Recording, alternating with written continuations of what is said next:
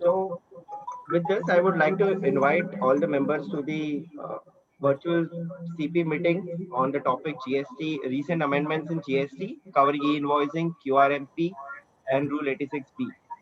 Uh, with great honors, I would like to introduce the speaker of the day, Anshul ji. In the past, and she has been a speaker in our November session. Just a minute.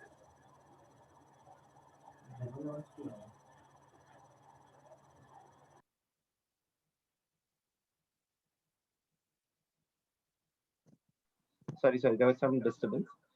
Uh, Achal ji has readily agreed to take up this session, and we are very grateful to her.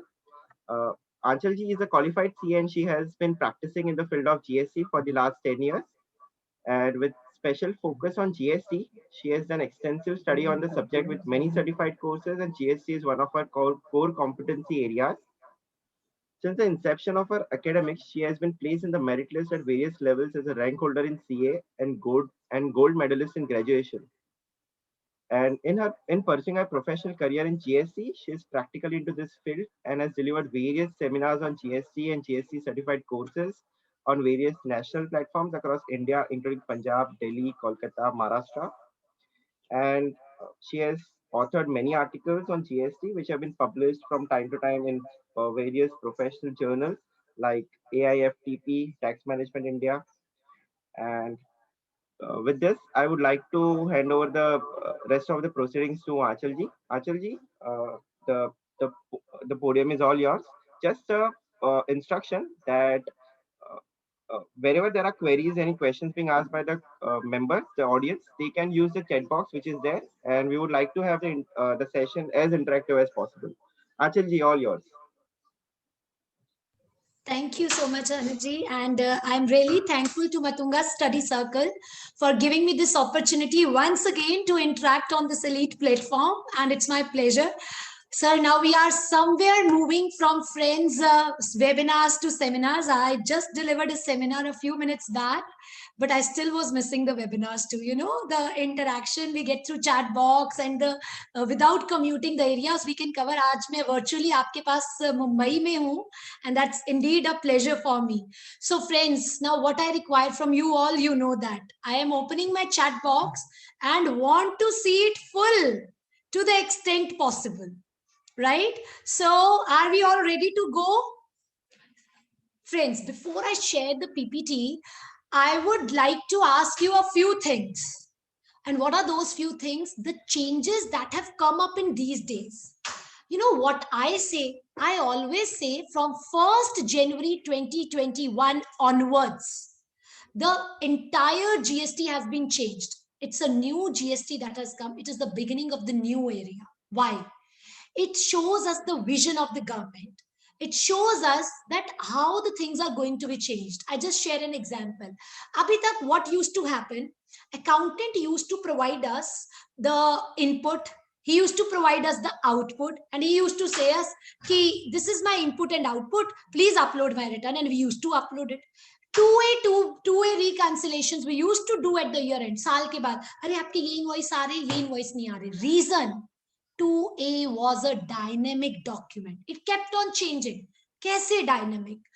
आज हम जनवरी 2021 में हैं. आज एक person आता and says, please put my GSTN number. It will get reflected in the period to which it belongs. The person comes and says, add my invoice of the period April 2021. It will get reflected in April 2021 in 2A. So it kept on changing. We used to say, how should we comply with rule 36.4? वो तो हर बार ही 2A बदल जाता है. Even sir, notices आते थे. Notice में figure कोई और होता था. By the time it used to reach us, the figure used to be different. And by the time we used to represent before the officer, the figure used to be different. So to overcome this problem, government came up with a document 2B. And they wanted the strict implementation of rule 36.4. I am not right now talking about कि government चाहती क्या है या rule 36.4 की validity क्या है. Many of us knows the same rule has been challenged before the honorable courts. But keeping that aside, sir, 99% people are tax compliant. How many people go for writs? We wait for others the decision to come and we will apply the same. So right now I am talking about the law as it is and not what are the pros and cons of the law. Right? So government ने क्या किया, अब आप देंगे, अब आप अपने accountant को बोलेंगे भाई ये तेरा आउटपुट है, ये तेरा इनपुट है, now tell me what is the difference according to you, किसके आपके पास बिल है और किसके आपके पास बिल नहीं. मैं तो इनपुट वही उठाऊंगा जो 2B में आ रहा है, जो 2B में नहीं आ रहा I will not provide that input to you as of now. Reason, some people think मेरी सेक्शन 16 की कंडीशंस पूरी हैं, क्या तब भी क्रेडिट नहीं मिलेगा? सर सस्पेंशन में जाके देखिए, they have put a clause, if you have your ITC is not matching with 2A or 2B, you are not liable to take the credits. ये चेंजेस क्यों आए? ये चेंजेस आने का कारण था fake invoicing, the malpractices which were going on, but now it has become, now the government wants complete automation. The only trigger point required is invoice. Just एक invoice बनेगा, वही जीएसटीआर 1 में आएगा, वहीं से आपकी आउटपुट लायबिलिटी डिटरमाइन हो जाएगी, वहीं से ईवे बिल बन जाएगा, वहीं से सारा कुछ होगा, वहीं से सामने वाले का इनपुट भी डिटरमाइन हो जाएगा. The entire flow will be automatic with one trigger point as the invoice, e-invoicing. अभी तक ये लिमिट पहले 500 थी, फिर 100 crore हुई. Government has a vision. I'm talking about vision. Vision can be achieved in few months, it can be in few years, but what their vision is that they want to bring this limit to 5 CR, although a very difficult target to be achieved, but still this is their vision. They wanted, you must have heard the statements of a few officials mentioning that we want to bring it to 5 CR, but yes, this is the future to come. Automation has its all pros and cons. Sir, आज credit 26 years में नहीं आता है, हमें refund नहीं मिलता है, but intervention कम होता है, automation आता है. So ये जितने changes आए ना sir, always to understand the change, you must go through what is the reason. हम भी तो memorandum explaining finance bill पढ़ते हैं. What is the intention? So ये जितने changes GST में हमने 1/1/2021 से witness कर रहे हैं, all these would have been due to curtail the malpractices or bring the ease of business. What is this? All these negative changes, if I keep aside, there is a one positive change, which is QRMP. और हम में से सबसे पहले हम ये सुनना चाहते हैं कि मैं किसको QRMP में लेके जाऊं और किसको छोड़ दूं. और my dear friends, 31st January means tomorrow is the last date for opting for QRMP scheme or coming out of the QRMP scheme if by default you have been taken to the same for the quarter January to March 2021. अब now कौन जाएगा by default QRMP में और कौन नहीं जाएगा, that we will see through PPT. But I am starting my deliberation today on the positive side of QRMP, which is a step towards ease of doing business. And with this, I share the PPT. Sir, I started the PPT with the invoicing, but firstly, we will be moving towards QRMP followed by the e-invoicing, right? Okay. I just open the chat box even once I reach. So ये सारी slides हमने cover करनी है, but I will be discussing all the slides only when I have seen the chat box.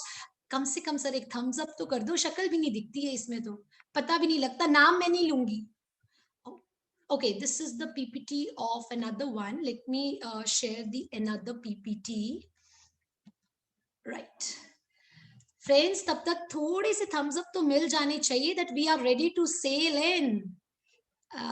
Now I can share, right, QRMP. So screen is visible. Right. And I hereby open the chat box too. Sir, I'm not able to open the chat box. Is there any issue?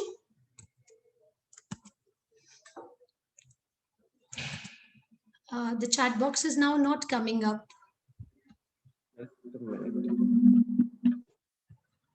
So please enable the chat box.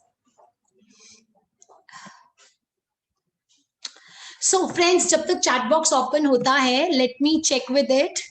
That, yeah, it is done. Well, begin is half done. Great, Rajendra ji, thank you so much. Hello, Jiten ji. Now I can see all your messages coming on to my screen and I can interact with you.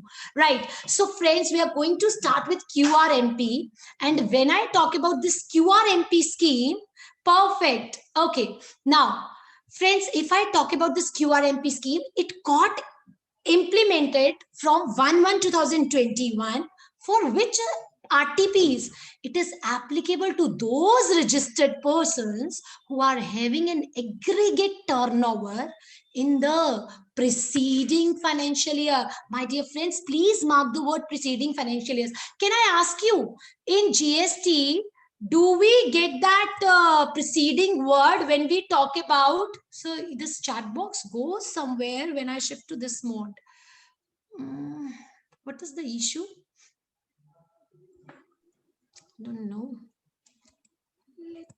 Sorry, Anshul ji. Yeah. Now it's coming up. Yeah, sir. Yes, yes. Okay. Now in this case, friends, we must see the words preceding. So my screen share has stopped.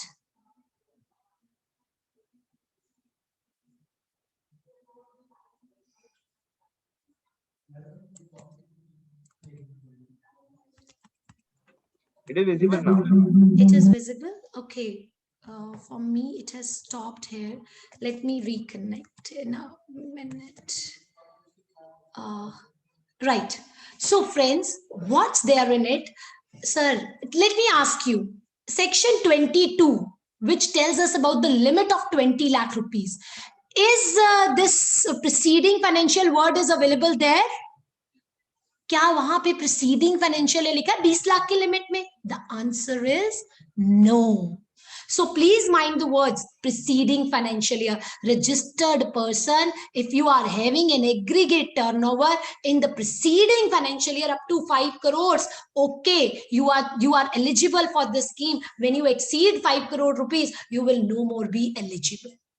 कौन सी notification sir check भी तो करनी है ठीक बोल रहे हैं कि नहीं so all the provisions of QRMP are contained in notification 82 84 and 85 and there is a one more circular so हम सब मिक्स करके अपनी डेलिब्रेशन आज करेंगे QRMP पे डिस्कस करेंगे so and what are the rules and sections so जब हम रिटर्न्स की बात कर रहे हैं तो सेक्शन 37 38 39 एंड रूल्स आउटवर्ड के लिए 59 59 60 for inwards and 61 to it deals with GSTR1, it deals with 2 and it deals with your 3/3B.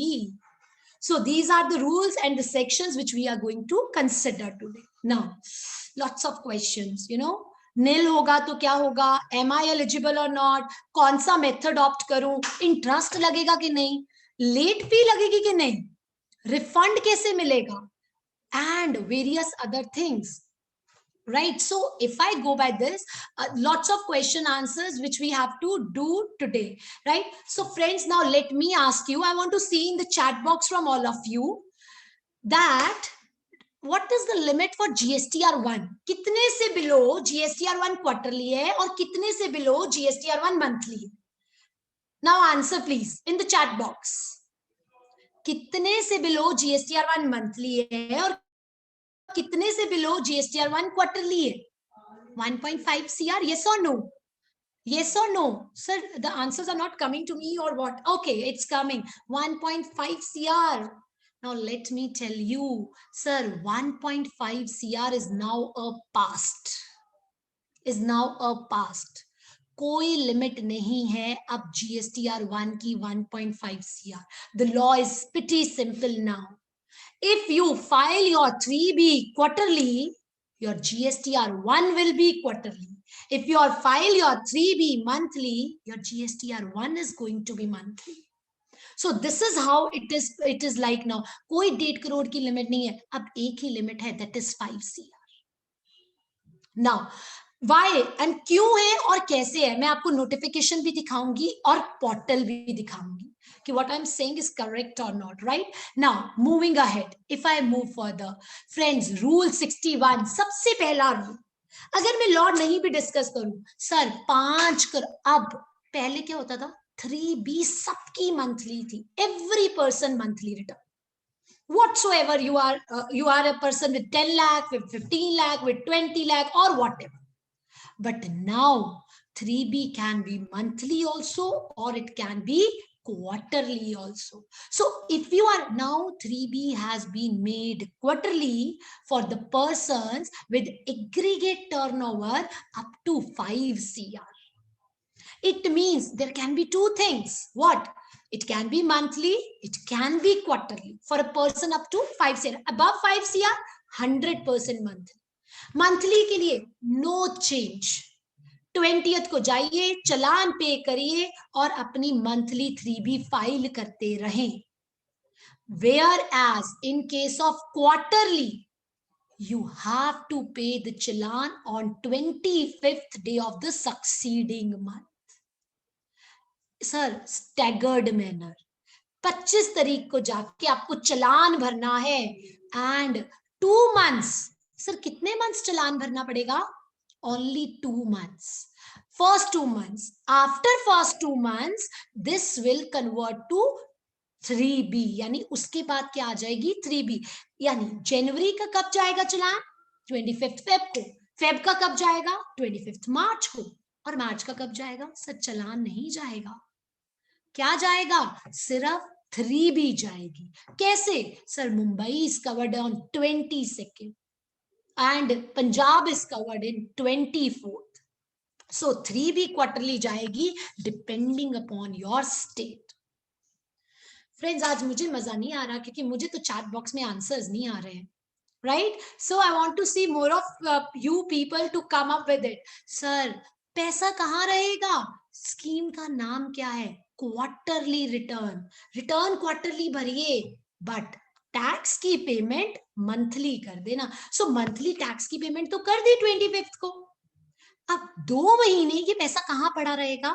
This money will keep there, you will keeping it in your cash ledger as a deposit. 2 months ये deposit की तरह रहेगी. जैसे ही आप 3B file करेंगे वो amount offset हो जाएगा.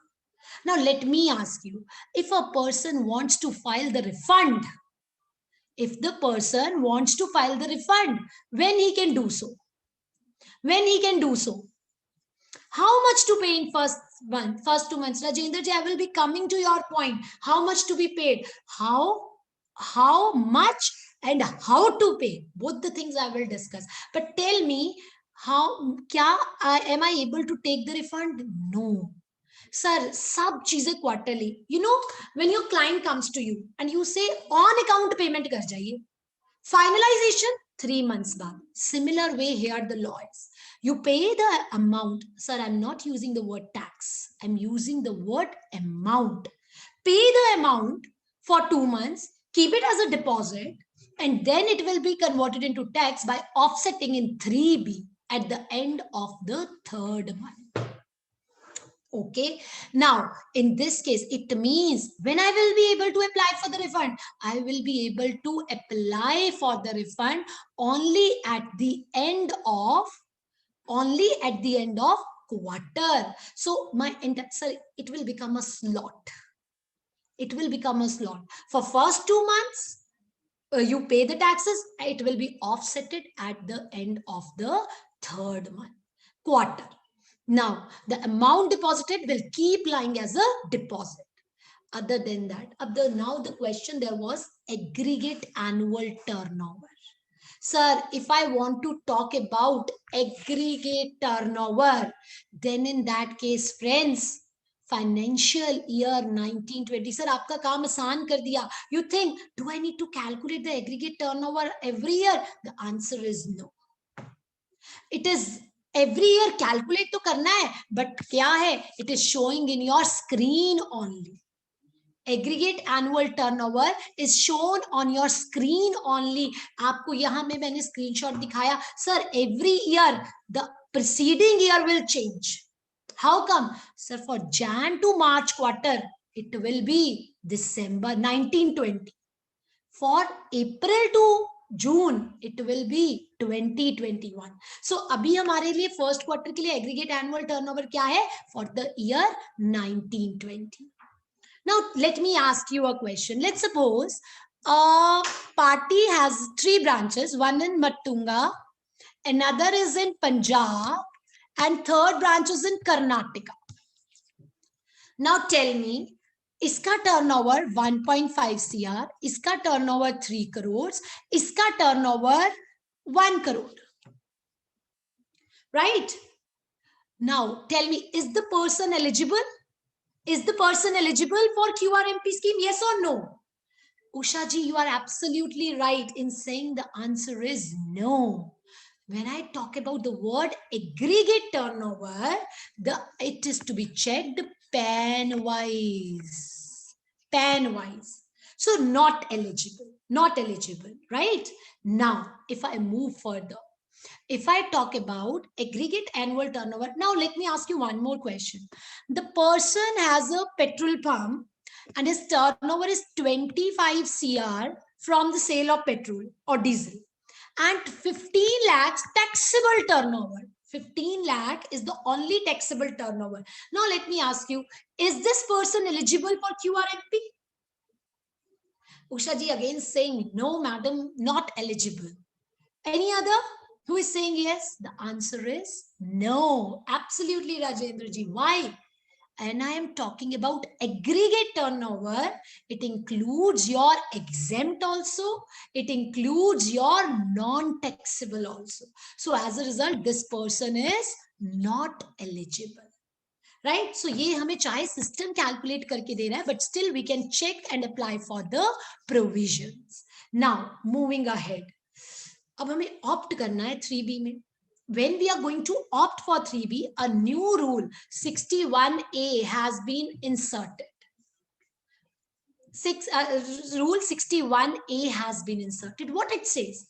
कुछ नहीं, registered person. Now I ask you, let's suppose क्या year change हो जाएगा from April, right? अब उषा जी के पास एक client आता है और बोलता है, absolutely Rajendra ji, it is saying aggregate annual turnover, right? 26 का. Now, in this case, if I want to ask you, अब उषा जी के पास एक क्लाइंट आता है and he says कि मुझे QRMP में जाना है. उषा जी ने ऑप्ट करा दिया Jan to March. April में it will be a new year, right? April में it will be a new year, new financial year. Now tell me, does Usha ji has to re-opt for that person in 3 quarterly mode, or it will be automatically taken to quarterly? Please. Yes, Jiten ji, yes ka matlab reapply, okay? Opt for it automatically. Both the answers I have got 2 yes, 1 no. Jiten ji saying opt karna padega, right? Got your answer, Jiten ji. So the answer is no. The option once selected will continue. कब तक? जब तक मैं उससे बाहर आना नहीं चाहती. जब मैं आना चाहूंगी, it's okay. I can come out of it. Now, second, or when I become ineligible. Now, I ask you, when you will become ineligible? When you will become ineligible? Yes, when you will cross 5 crore rupees, you will become ineligible. Yes, absolutely, Harish ji. When you will cross the turnover, then you will become ineligible. So, यहाँ तो मैं ineligible हो गई, यहाँ मैं इससे बाहर आना चाहती हूँ. ठीक है, आप आ जाइए. Ultimately, otherwise आप continue करेंगे in your 3B quarterly. One condition the government has put in to come into this scheme. What is that?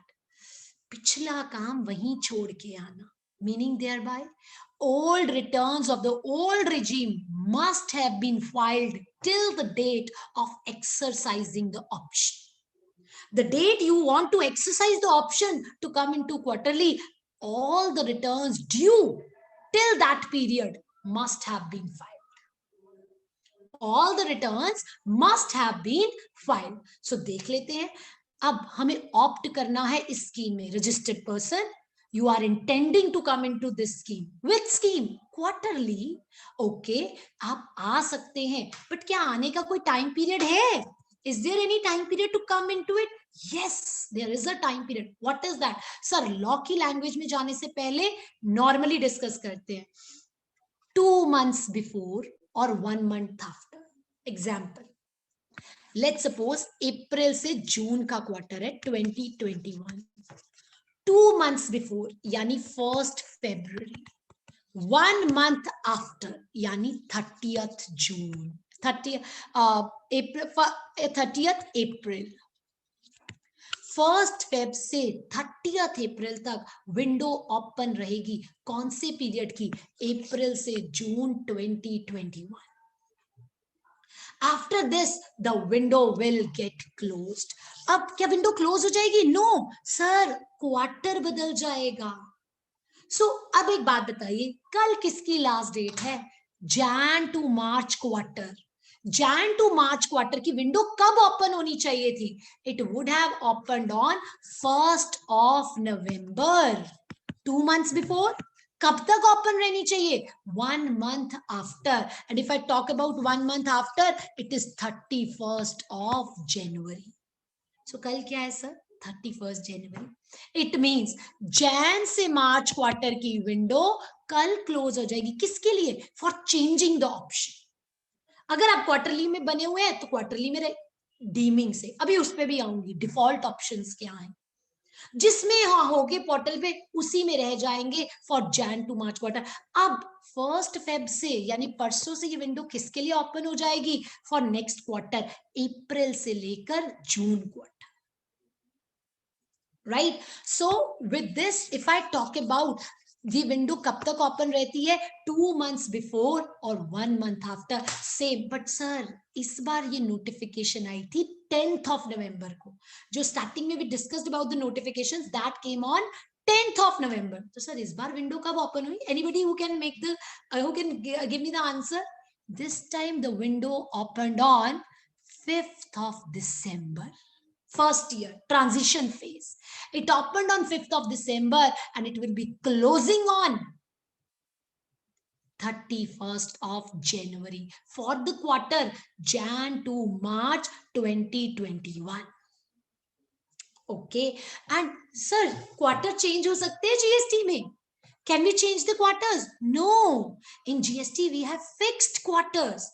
Jan to March, April to June, July to September, then October to December, and then again Jan to March. So we have fixed quarter. It's not like that if you have registered now, so आपका यहीं से शुरू होगा. No, not at all. We have fixed quarters under GST. Moving ahead, अभी हमने opt कर लिया. Manner of opting already discussed. क्या हर बार करना है? No. Once opted, you will continue under the same scheme till the time you become ineligible or you want to opt out of it. आपको नहीं suit करा, बाहर जाना चाहते, आप कर जाइए. कंडीशन एक ही आने की. क्या? पहली सारी रिटर्न्स फर्निश करके आना. एग्जाम्पल, पर्सन जुलाई टू सितंबर क्वार्टर में 27 जुलाई को आपके पास आया. 31st जुलाई तक विंडो ओपन है, 1 month आफ्टर. जुलाई से सितंबर की 27 को आया. 27 से पहले उसकी जितनी रिटर्न्स ड्यू हैं, इवन 22nd और 24th ऑफ जुलाई वाली सारी भरी होनी चाहिए. Then you can make him come into the quarterly system. Right. Okay. If I move ahead now, अब मुझे आपसे आंसर चाहिए. And my question is, the person, example लेते हैं, the person was in QRMP. Jan to March में आपने उसको QRMP में रखा. In the month of May, he touched the turnover. Sir उसको कोई गवर्नमेंट कॉन्ट्रैक्ट मिल गया, कोई अच्छा कॉन्ट्रैक्ट मिल गया. He crossed the limit. He went to 6 crores in May. Now my question to you is, May 21 की return, how he will be filing? Under quarterly system or under monthly system? Sir कुछ भी लिखना है, Q or M, you can write anything. मैं नाम नहीं लूंगी. Okay, somebody saying quarterly, somebody saying monthly. Q, M, Q. I've got 3 answers and I think so we have lots of participants. Come up with your answers please. Okay, M, very good. M. So we have got more of M. But some people saying कि मैंने कहा था मैं नाम नहीं लूंगी इसमें. Right? Some are saying Q. So the answer is Q. Quarterly. What the government says? Government says आप अगर जिस क्वार्टर में आप क्वार्टरली में थे ना सर, हो सकता है ये जून में एक्सीड करे, हो सकता है ये मई एंड पे करे, हो सकता है ये अप्रैल के बिगिनिंग में ही कर जाए. आप जिस क्वार्टर में हैं और जिस क्वार्टर में आप 5 करोड़ को एक्सीड कर रहे हैं, आप उस क्वार्टर में क्वार्टरली में बने रहेंगे. Mandatory opt out 100% opt out करना ही पड़ेगा. कब?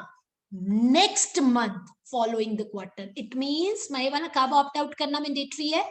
Can I see the month, please? It is July 21. It is July 21. Yes, perfect, Meeta ji. It is July 21. अच्छा जी, अब एक बात पूछती हूँ. ये पर्सन है ना अप्रैल में ही टर्नओवर एक्सीड कर ली 6 crore. Now, can he opt out? Can he opt out? Harshi, you have to do it yourself. Sir, अप्रैल में अगर वो 6 करोड़ से एक्सीड करता है, it is his will. It is his will कि वो कंटिन्यू करना चाहता है या नहीं क्यूआरएमपी में. लॉ मैंडेट नहीं करता. लॉ तो यही कहता है Meeta ji and Usha ma'am that yes Rajendra ji he can, वो इस स्कीम में आके करेगा opt out. But law mandate नहीं करता. मैंडेट कब से है उसके लिए? जुलाई से, कि भाई जुलाई से तो आपको ऑप्ट आउट करना ही पड़ेगा. जुलाई 21 की रिटर्न अब आप क्यूआरएमपी में नहीं भर सकते. You have to file it under the monthly system.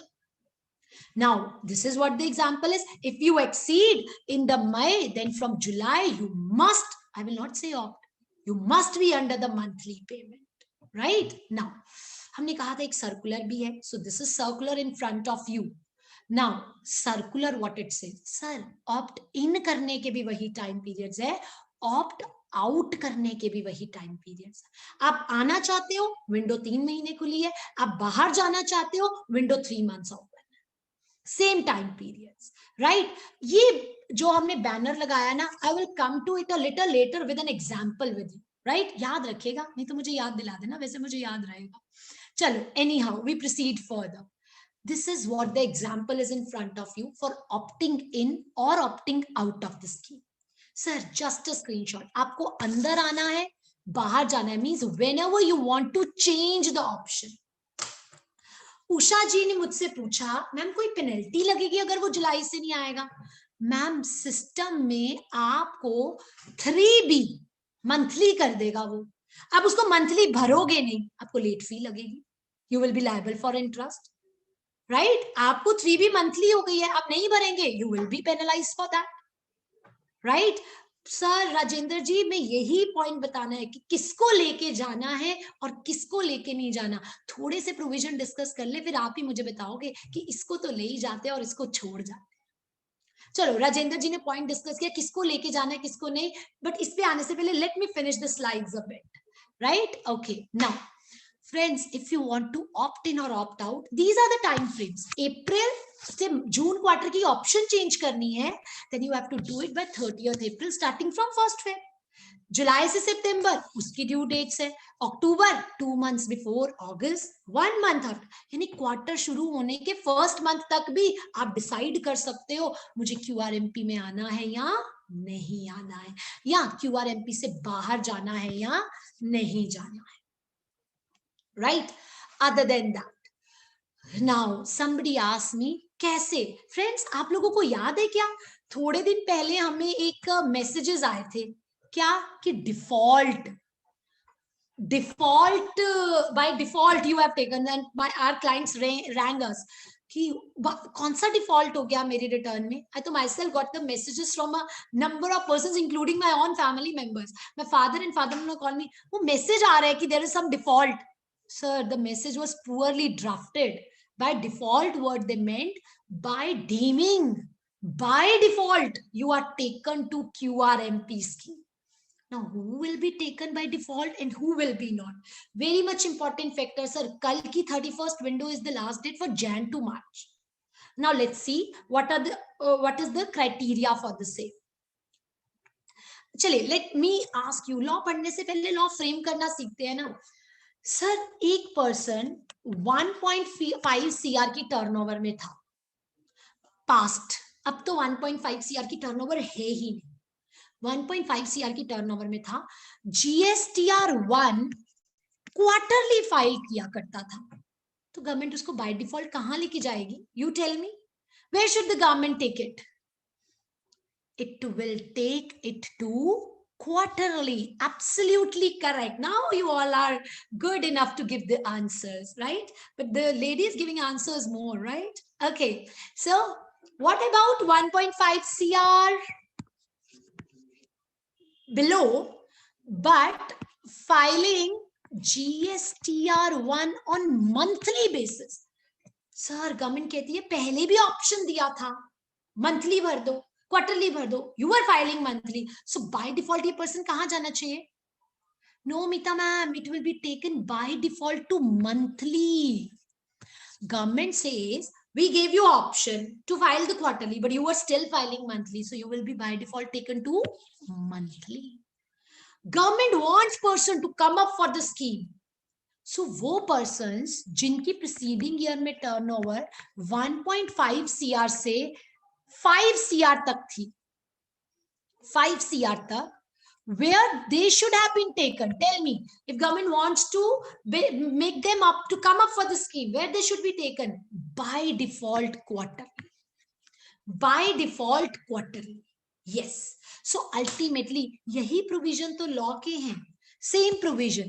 अगर आप 1.5 तक थे, आप फिर भी रिटर्न मंथली भरते थे, only in that option you will be by default deemed taken to monthly 3B.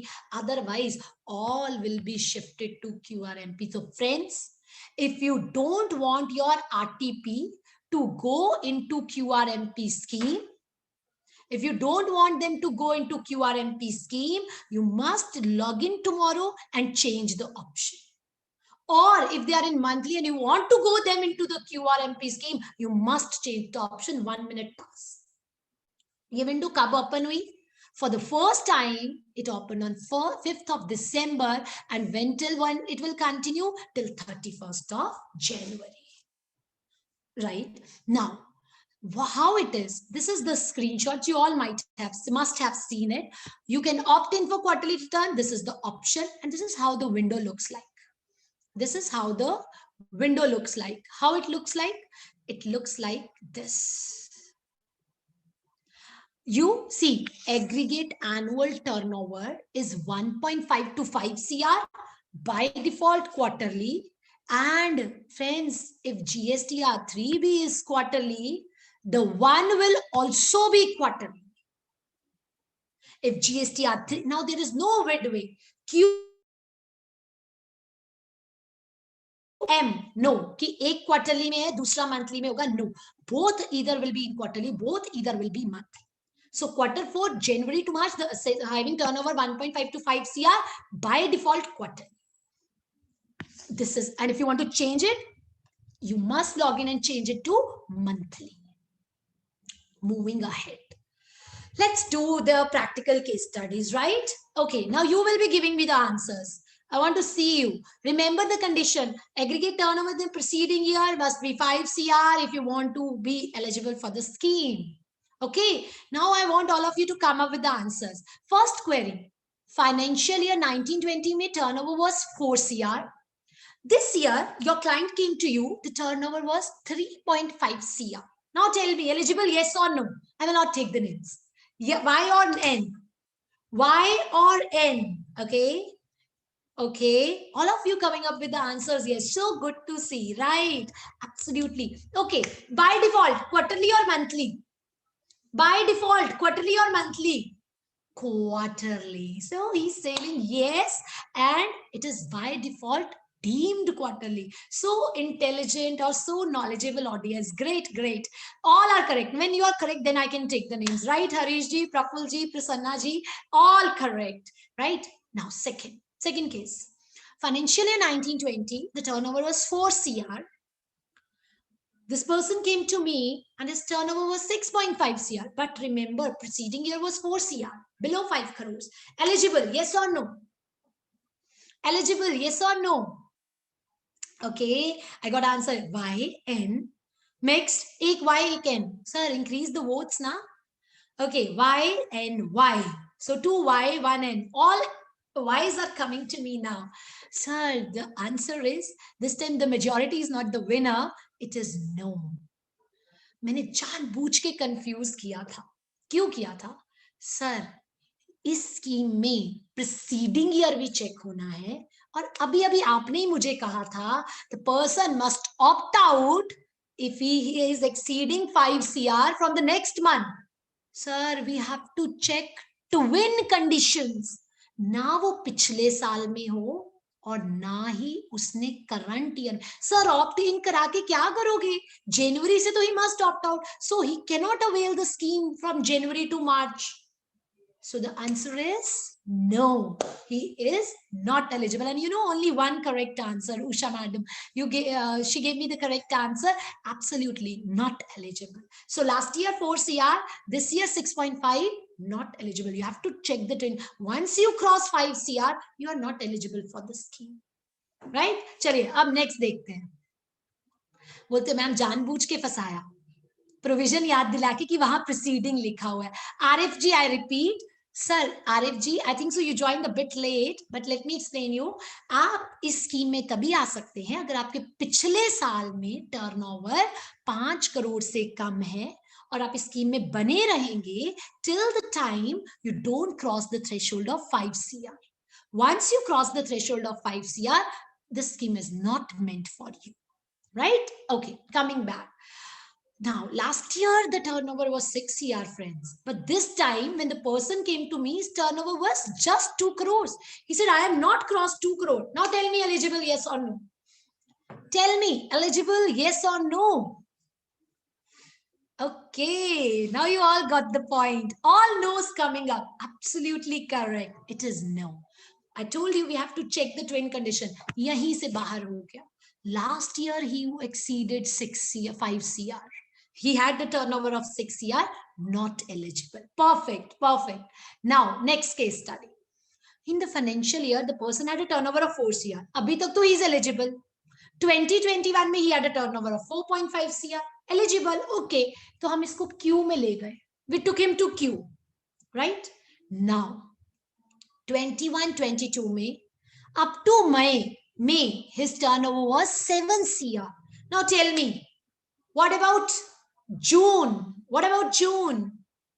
Sir, he will stay in quarterly. Perfect, Mitaji. He will stay in quarterly till June 2020, June 21. He must opt out from July 21. Yes. So, us quarter mein you can continue to be under the quarterly scheme. From the next month, you must come out of it. Perfect, perfect. So we did it with the practical examples also. Now, whom we are not eligible? Chale, I ask you. Always remember, sir, law को law की तरह provision याद करेंगे ना, नहीं रहेंगे. Office का कोई example सोच के करेंगे ना, तो जरूर रहेंगे. Right? So एक बात बताइए, quarterly scheme में क्या composition वाला आ जाएगा? The answer is okay. एक और पूछते हैं. Second. कॉम्पोजिशन वाले के लिए QRMP है. अरे वो तो ऑलरेडी क्वार्टरली में होता है, उसके फॉर्म ही अलग होते हैं. Ma'am, what are you saying? He can not come, right?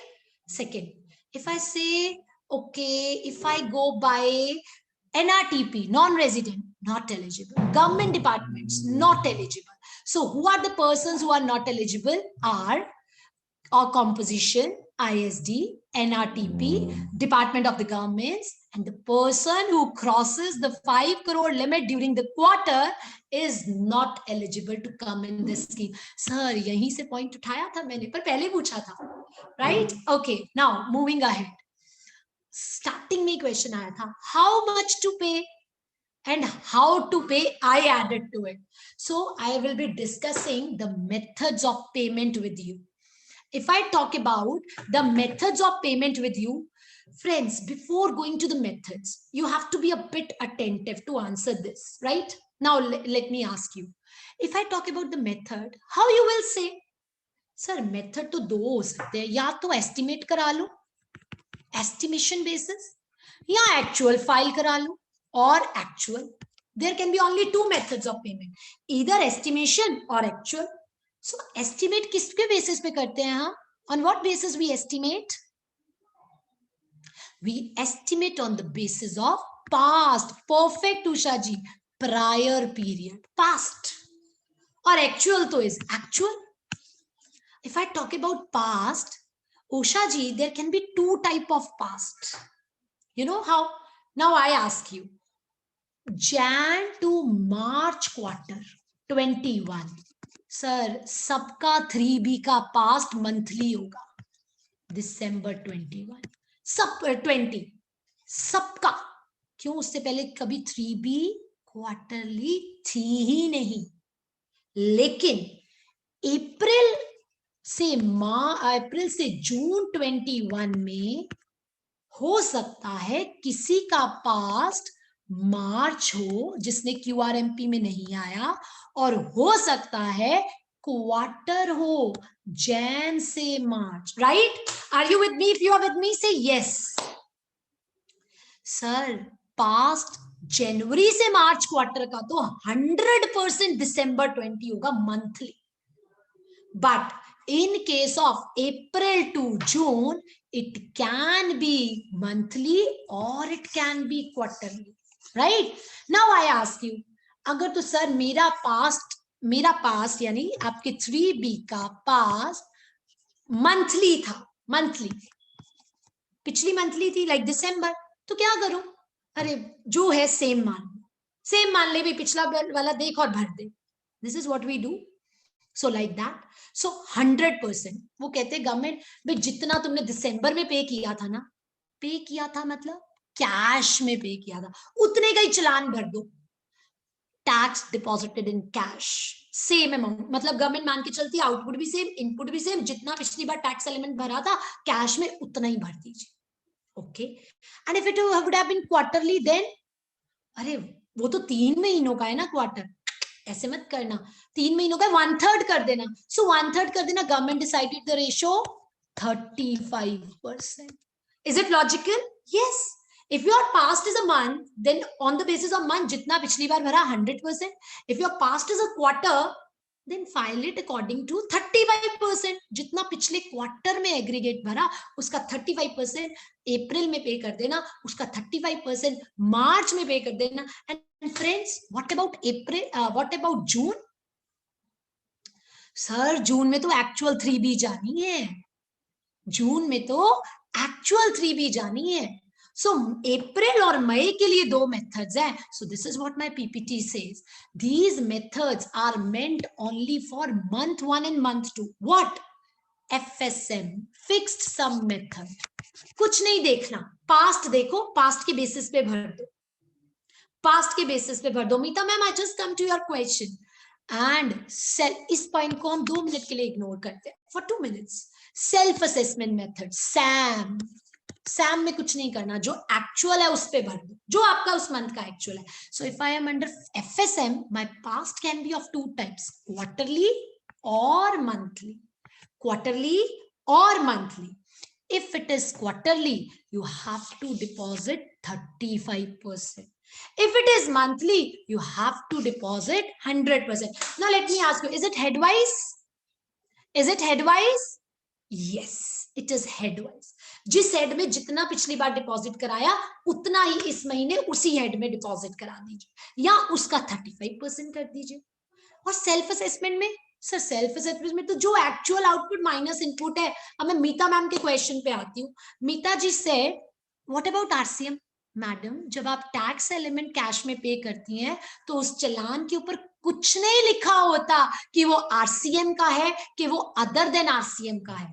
A tax paid in cash is a tax paid in cash. So अगर आपने चाहे RCM का जब आप RCM का मैम जमा कराती हैं तो आपका दूसरा टैक्स कम हो जाता है. So ultimately tax paid in cash means जितना चलान पिछली बारी डिपॉजिट कराया था उसका 35% या उसका 100%। फ्रेंड्स, सैम मेथड में एक इशू है एक्चुअल बेसिस पे, दैट इशू इज इनपुट। आपको इनपुट कहां से उठाना है? 2B से।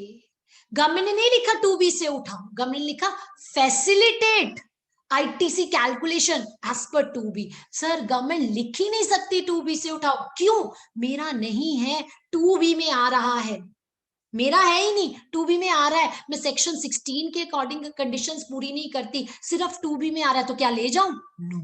मैं पहले ले चुकी हूं, अब 2B में आ रहा है तो क्या ले जाऊं? No. So, but this is a document which is available on public domain, 2B, and it is a notified form with effect from 1/1/2021. Although being may or may not be, will be challenged, or until the courts let it down, this rule, this GSTR 2B rule 36(4) has to be followed. और friends, कल मैं जब कर रही थी एक point की, sir opening ही ले पाओगे ITC? क्यों? 2B में अगर सामने वाले ने भरा ही नहीं होगा, उसकी रिटर्न अगर क्वार्टरली होगी तो आपके 2B में नहीं आएगी अंटिल IFF। अगर उसने IFF किया होगा, आपके 2B में बोलता होगा, आप उसका क्रेडिट उठा पाएंगे, राइट? सो 2B में IFF के थ्रू या GSTR 1 मंथली के थ्रू जो क्रेडिट आएगा for the month, that will be picked up. But Sam has a limitation, आपको हर महीने 2B वेरीफाई करना पड़ेगा। FSM में आपको 2B नहीं देखना, जितना पिछले मंथ था या जितना पिछले क्वार्टर था उसी हिसाब से भर देना है, राइट? नो RF जी, अगर आपकी बात गवर्नमेंट सुन लेती ना, RF जी कहते 2B में एडिट कर सकता हूँ। RF जी वो स्टार्टिंग का टाइम पीरियड था GSTR 2, जिसमें आप अमेंड कर सकते थे, डिलीट कर सकते थे, मॉडिफाई कर सकते थे। अगर वो सिस्टम गवर्नमेंट ले आए तो बात ये क्या है, but it is not there, you can not amend 2B, it is an auto generated ITC statement, you can not edit it, right? Now friends, अब एक बात बताइए, हम मीता जी का ही लेते हैं। मीता जी के पास एक क्लाइंट आया 10 दिसंबर को, बोलता है मैडम मुझे रजिस्टर कर दीजिए। तो बोलते हैं ठीक है, आई गेट यू रजिस्टर्ड, मुझे ना QRMP में ही रखना, क्वार्टरली में। She said, okay. Sir, now tell me, this person got the registration on 10th of the December. 10th of December. And he is under QRMP scheme. अब method choose करना था. Can you think he can go under FSM? Sir, will December be a correct base for January 21? Tell me yes or no. Can December be a reliable base for January 21? Yes or no? No. Why? Sir, December में तो 20 days का data है, 21 दिन, 20 or 21 days. How it can be a reliable base? So the government put a point that if you have not been registered for the full period, अगर past एक quarter है तो full quarter, अगर past एक month है तो full month. If you are not registered for full month or the full quarter, then you can come into QRMP, but you cannot opt FSM method. So friends, यही point, यही box मैंने आपसे छुड़वाया था. If this option FSM method is available only if registered person is registered for complete preceding year. ये problem कब आएगी? Only in case of new registration. आ सकता है, somebody asked me, क्या न्यू रजिस्टर्ड पर्सन आ सकता है? बिल्कुल आ सकता है सर, उसकी प्रीसीडिंग फाइनेंशियल ईयर की टर्नओवर 0 है, but he cannot opt for FSM if he is not. हाँ, 1 दिसंबर को रजिस्टर्ड होता तो वो FSM ले सकता था, अब वो FSM नहीं ले पाएगा, नहीं ले पाएगा. So ultimately this is what it says, if you are opting and you got registration late, then you cannot opt for FSM method. Friends, एक बात बताइए, क्या अभी हमें वो ऑनलाइन मेथड पूछ रहा है? Yes, Viral ji, 100% of December GST is to be paid for January and February. You know, I also paid my tax in December GSTR 1, and it was a big amount. So I thought, oh my God, I have to pay the same amount for January and February too. So should I keep myself in it or should I opt out for it? So yes, what amount you paid in December, the 100% of that has to be paid in January and February, both the months. Now tell me quickly, is the option asking you for FSM or SAM? No. Sir, अभी जो मैंने आपसे screenshot discuss किए थे, the answer is no. FSM cannot, the methods are still not being asked for the purpose of selection. अभी तक वो हमसे नहीं पूछ रहा. चलिए अब हम एक और क्वेश्चन डिस्कस करते हैं. पर्सन उषा जी के पास आता है और बोलता है कि मुझे ना फरवरी में नंबर कैंसिल करवाना है. I want to get the number cancelled. Now tell me, Usha ji, will you be filing his or her 3B for the month of March? He is under QRMP. The answer is yes. Yes, madam. Rajendra sir, I will be coming to your point. 2 minute दीजिए. Rajendra sir बोलते हैं मैंने पे ज्यादा किया, कम किया, तो मैं क्या करूंगा? I will come to it. Total tax payable for the quarter is less than paid for January and February. Then what happens? I will come to your query. Meeta ji 100 सबकी क्वेरीज का जवाब है सर. 2 मिनट दीजिए. दोनों की query पढ़ ली, मीता ma'am की भी और सर की भी. उषा जी द आंसर इज यस, करनी पड़ेगी. सर एक सर्कल है 3 मंथ्स का, फेब्रुअरी में भी जाओगे तो सर फाइनल सेटलमेंट तो 3B के थ्रू होनी है ना मैडम. वो कैश पड़ा हुआ है आपके कैश लेजर में, कैसे इग्नोर कर दोगे? नहीं भी पड़ा, अगर आप उसमें पार्ट ऑफ द मंथ भी, पार्ट ऑफ द क्वार्टर भी थे, तो आपको वो फर्स्ट 2 मंथ्स में भी अगर आप कैंसिलेशन कराते हो, you have to furnish your 3B. Right, moving ahead, offsetting in 3B.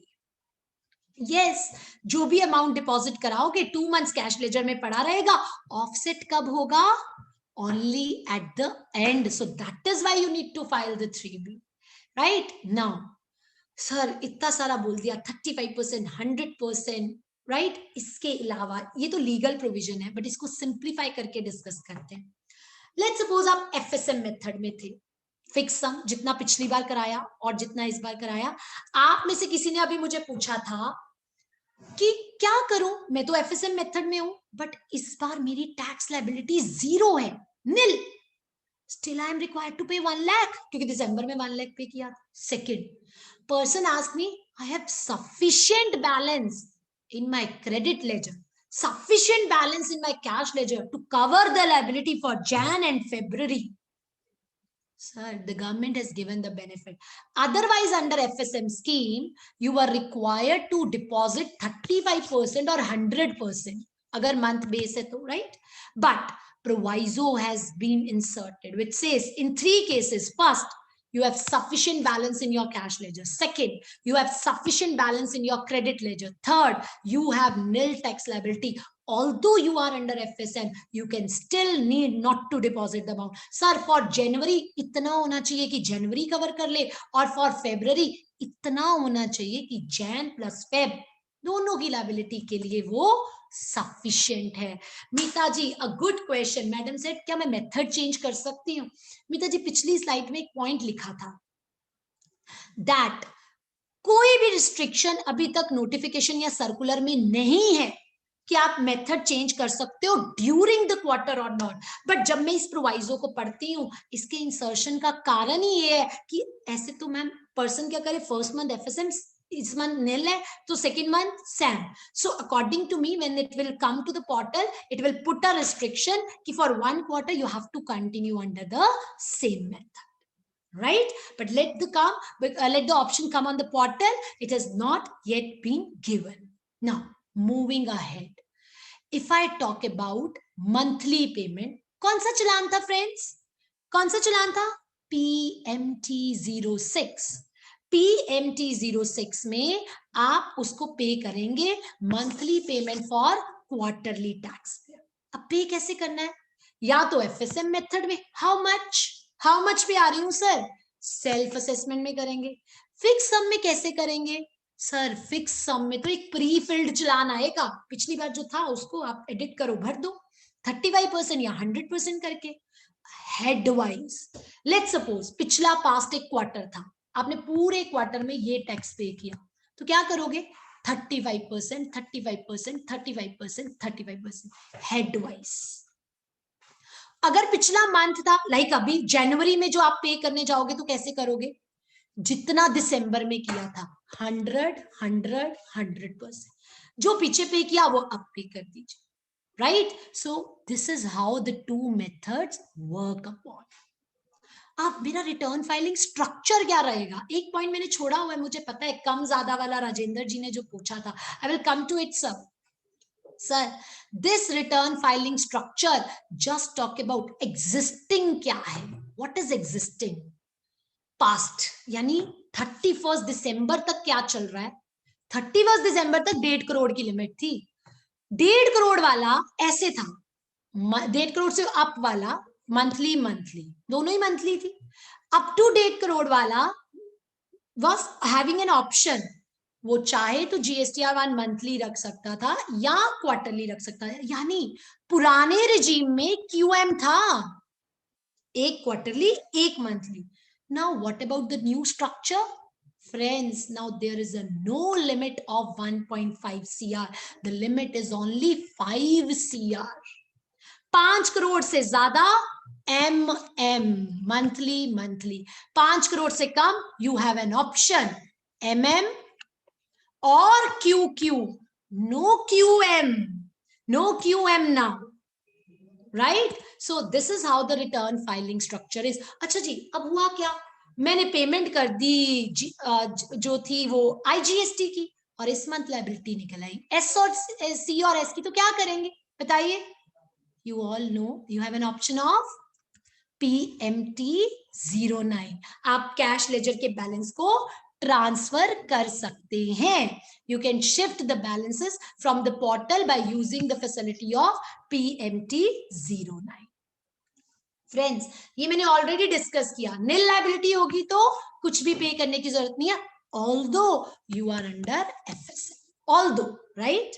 Now, returns sir कैसे जाएंगी, क्वार्टरली. 1 की डेट क्या है 13, और GSTR 3B की डेट क्या है 22 और 24, depending upon the state.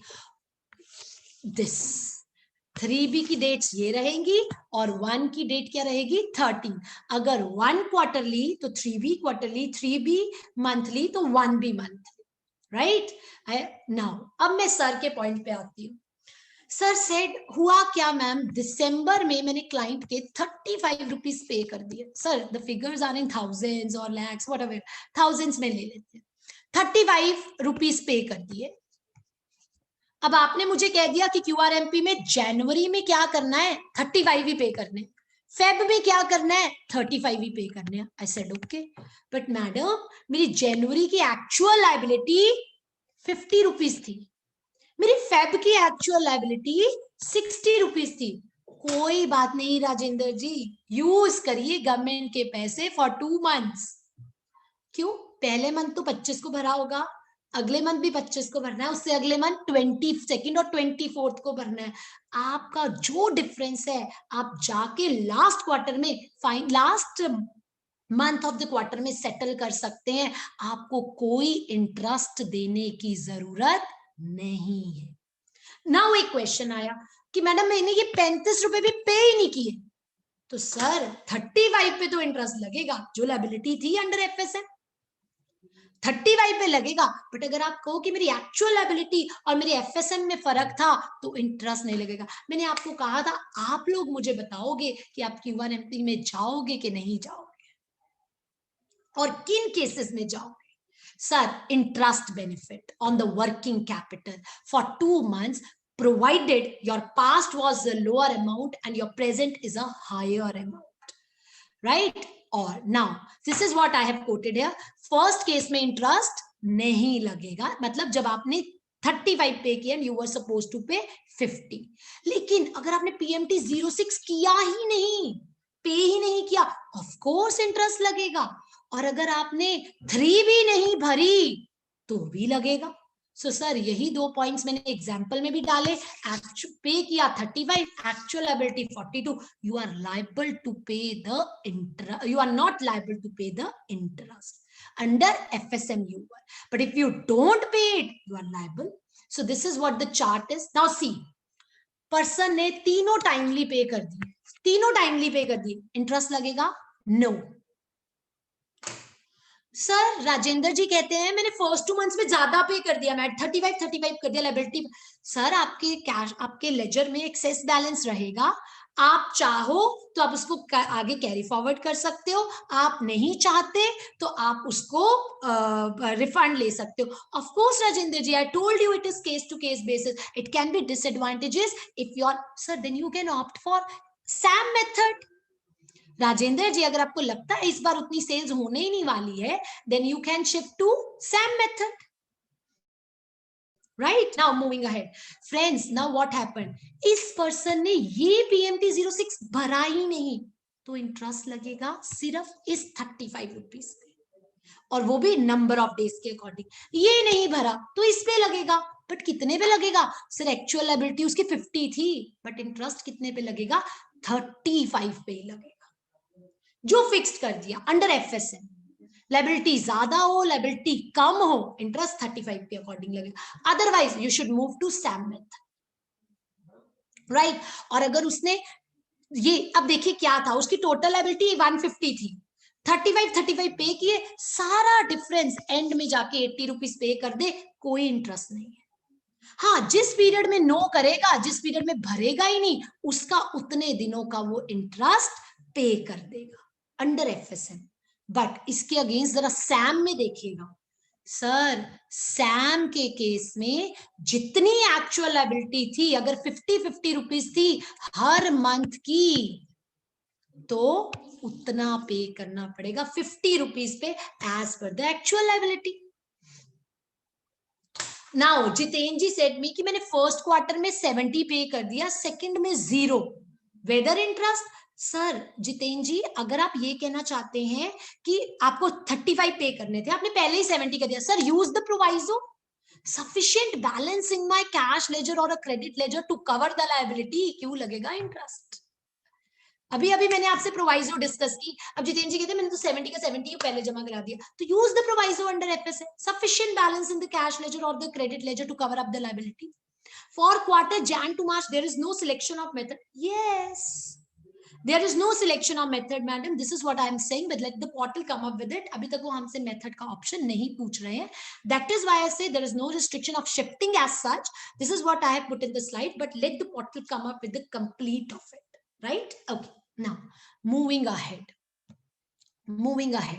late fee benefit number 2 और third, ease of हमारे लिए तो ease है ही. What is the late fee? There is no late fee for deposit of PMT06. Sir client बाहर चला जाता है, आप बाहर चले जाते हो, सिर्फ चलान पे करना है, ऑप्शन खुली रहेंगी, इंटरेस्ट लगेगा नहीं पिछले मंथ के हिसाब से। लेट फी 25 की जगह 30 को भरा, सिर्फ इंटरेस्ट लगेगा 5 दिन का, no late fee. Late fee है सिर्फ और सिर्फ 3B के लिए।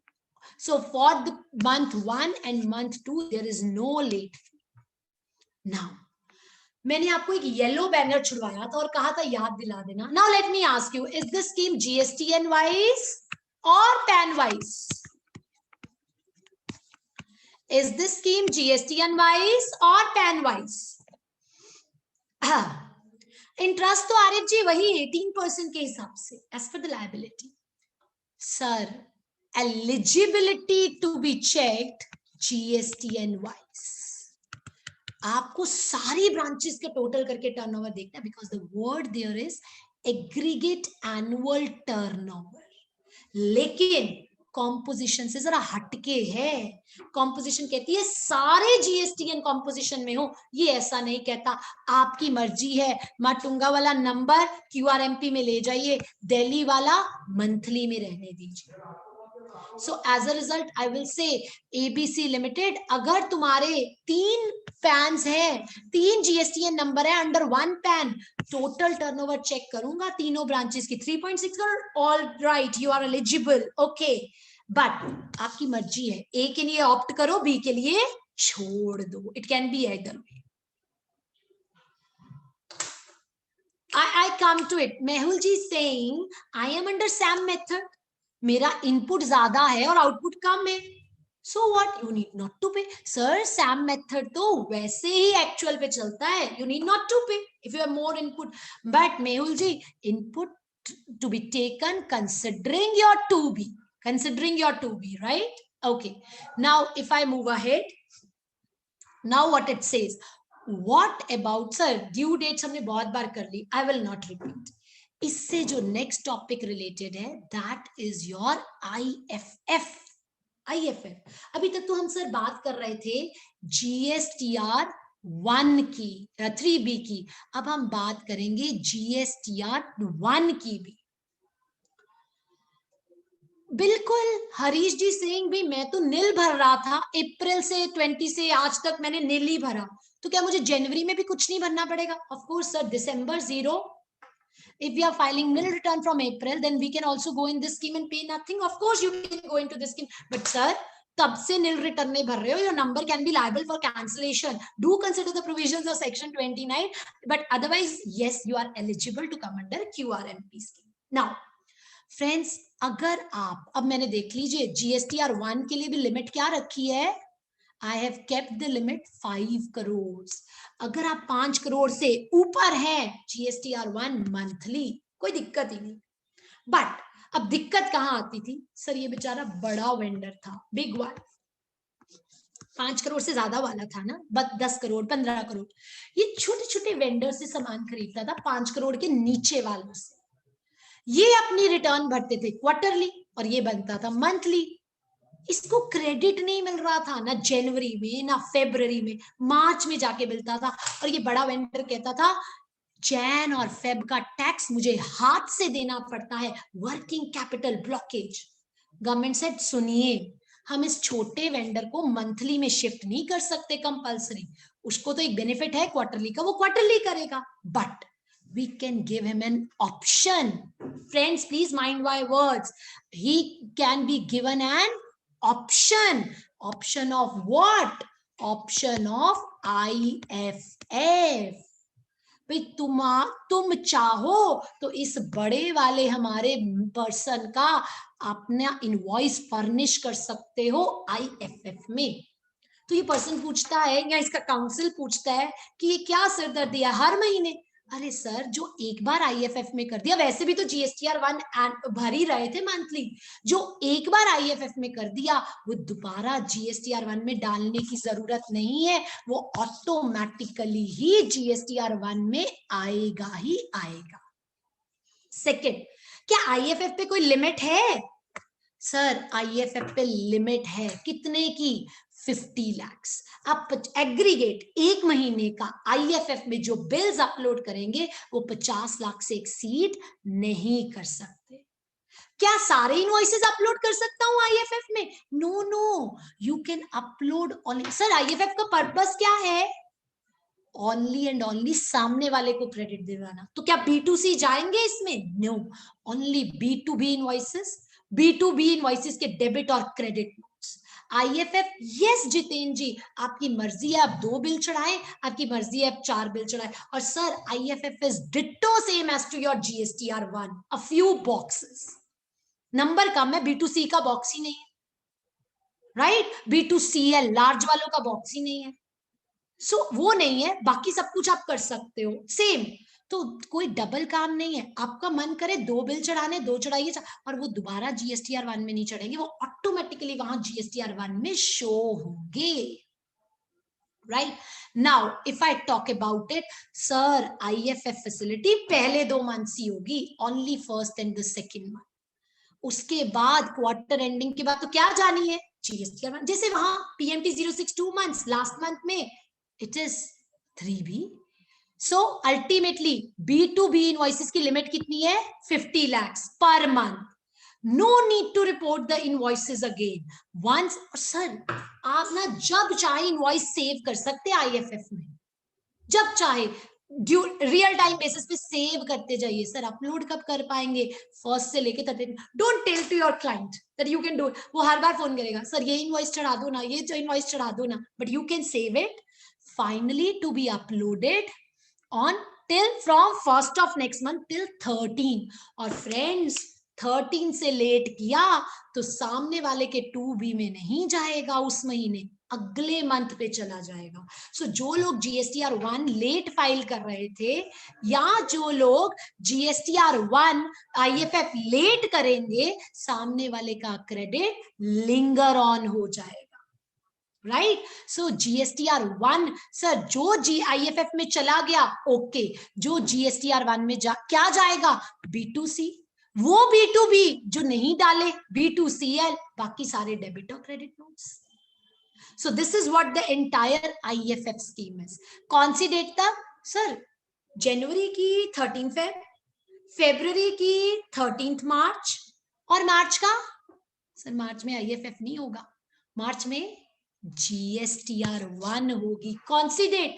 अब तो सर क्वार्टरली की डेट भी 13 हो गई है, राइट। सो गवर्नमेंट ने सारे टाइम फ्रेम 13 तक किए। क्यों किए सर? 2B में शो होने हैं वो इनवॉइसेस जाके, जो इनवॉइसेस अब आप IFF में डालेंगे वो 2A में भी आएंगे और 2B में भी आएंगे, और जैसे ही वो 2A और 2B में आएंगे सर, पहले 2 महीने का IFF और मंथली वालों का GSTR 1 लेकर 14th को वो आपका 2B जनरेट कर देगा। लाइकवाइज सर मंथली वालों की एक बात बताइए, मंथली वालों की लास्ट डेट क्या है? 11th, तो वो रात को 11th रात को 11 बजे तक का डाटा लेगा, 11:59 का। और मंथ क्वार्टरली वालों के लिए सर IFF में से भी 13th नाइट तक का, और GSTR 1 में से भी 13th रात तक का डेटा लेगा और आपकी GSTR 2B रेडी कर देगा। So now the date of generation of 2B is 14th, monthly वालों का डेटा 11th नाइट तक आएगा और क्वार्टरली वालों का डेटा 13th नाइट तक आएगा। If you will delay your GSTR 1, in that case the other person will not get the, if you will delay your IFF, the credit will shift to the next month.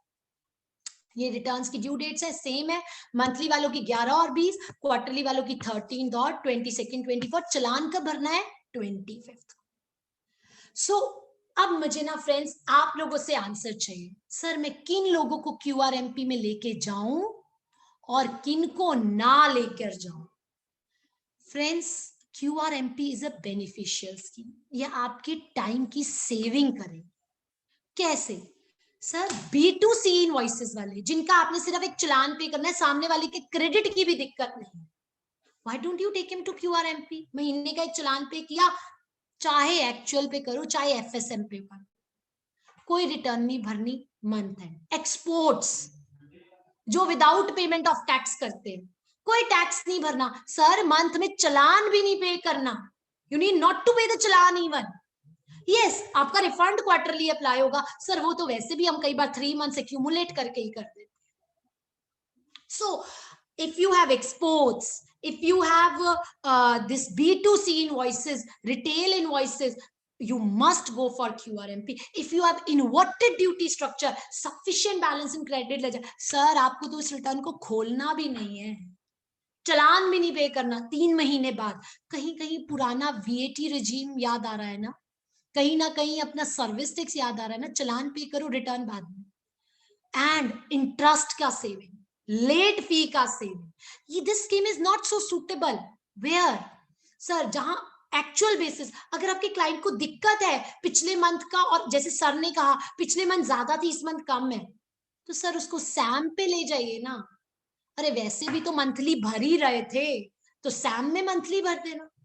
But at least if you opt for this scheme, you will be saving your time. But sir, कई बार my client comes to me, in many of my cases, my client said, don't shift me to monthly, quarterly. वो monthly आ रहा है, monthly जाने दीजिए. I will not. Contractor says they want to raise the monthly bills, don't shift them to quarterly. Service sector, क्योंकि उनका ITC तो होता ही नहीं है सर, उनको तो चलान ही पे करना होता है और उनकी फ्लक्चुएशन होती है। Like you take your example, किसी मंथ में तो ऑडिट फी आती है और किसी में नहीं आती है। For them, you can stick to your monthly, but otherwise, you can come in quarterly and still file on SAM basis. What's the harm? आपको लगता है सामने वाले को क्रेडिट नहीं मिलेगा? Sir, do IFF. You have IFF in your hand. Yes, 50 lakh की limit है, only this is the limitation. But sir 5 crore से नीचे वाले के लिए ना हर मंथ में तो 50 लाख एक्सीड नहीं करता. So these are the various benefits. I think whosoever asked me कि भाई जाना चाहिए कि नहीं जाना चाहिए, सर 12 रिटर्नों से 4 रिटर्न आ जाएंगे. बट कईयों का ये भी कंसर्न है, मैडम जो हैबिट बनी है ना वो बनी रहने दीजिए, quarterly monthly. But if you actually want to save your time, because sir time is everything. We professionals have always been asking for कि we don't get the time. We are overburdened with the work. So yes, this is a good step of ease of doing business, and one, if possible, should opt for it. Now, moving ahead. Sir, fake invoicing में क्या हो रहा था? Person GSTR 1 भर देता था, 3B भरता नहीं था. क्यों? सर 3B में टैक्स जाता था और 1 में टैक्स नहीं जाता था. 1 भर देता था, 2A में क्रेडिट शो कर जाता था, बल्ले बल्ले, no problem. Government put the restriction. Tax तो भरना ही नहीं पड़ रहा था, टैक्स तो जा नहीं रहा था. सर कितने फेक इनवॉइसिंग के रैकेट्स इसी बेसिस पे पकड़े गए. गवर्नमेंट सेड वेट, अब अगर आप 3B नहीं भरोगे, कितनी QRMP में 1 क्वार्टर और मंथली में 2 मंथ्स नहीं भरोगे तो मैं आपको GSTR 1 भी भरने नहीं दूंगा. This is a practice to issue to curtail the fake invoicing practices. और सर अब वो शैतानी दिमाग तो शैतानी होता है, वो पर्सन कहते कोई बात नहीं. सुनिए, मैं GSTR 3B भरता हूं 50 रुपए से, 50,000 से, और GSTR 1 भरता हूं 1 लाख से. Sir suspension. If your 1 and 3B are not matching, considerably different amount, then in that case your number can be suspended. And sir, if your number is suspended, you will not be able to do your e-way bill also. Sir number खुलवाने में genuine case में भी 2, 4, 5 दिन लगते हैं. So till then you cannot even do your e-way billing.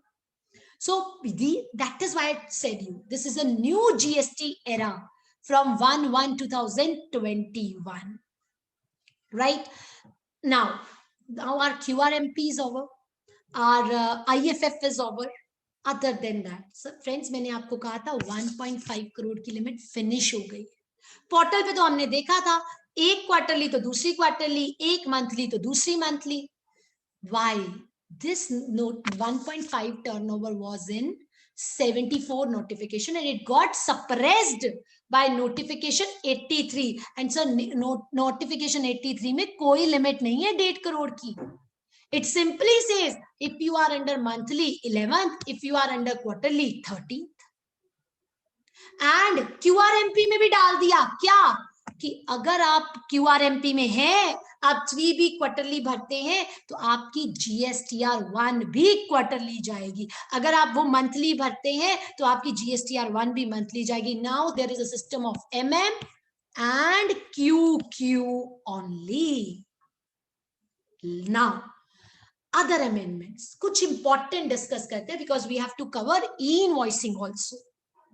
चलिए, now friends, हमारी ना प्रॉब्लम ये है जीएसटी में, प्रोविजन आता है एक टाइम पे, इंप्लीमेंट होता है दूसरे, नोटिफिकेशन आती है उसको इफेक्टिव करने की दूसरी डेट पे, इंप्लीमेंटेशन होती है कोई थर्ड डेट से, कभी तो रेट्रोस्पेक्टिवली और कभी prospectively.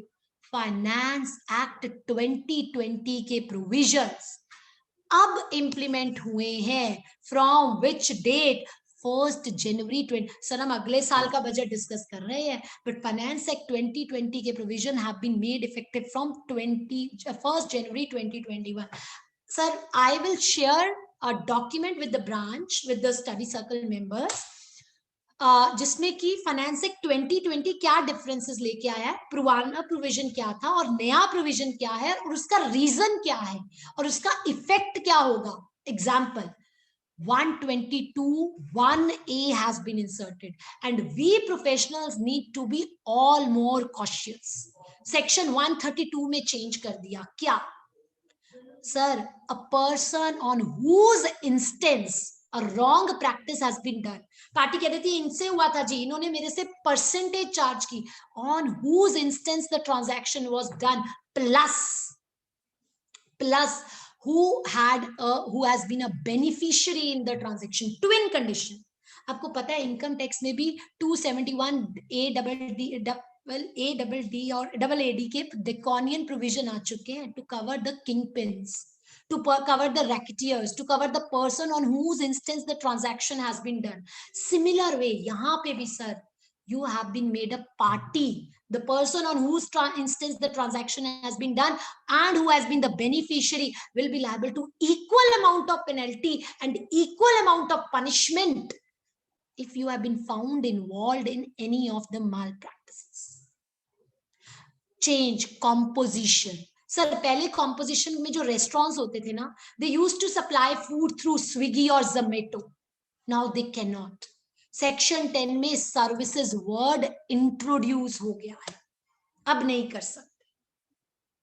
Right? So these have been the few changes जो इसमें आए हैं.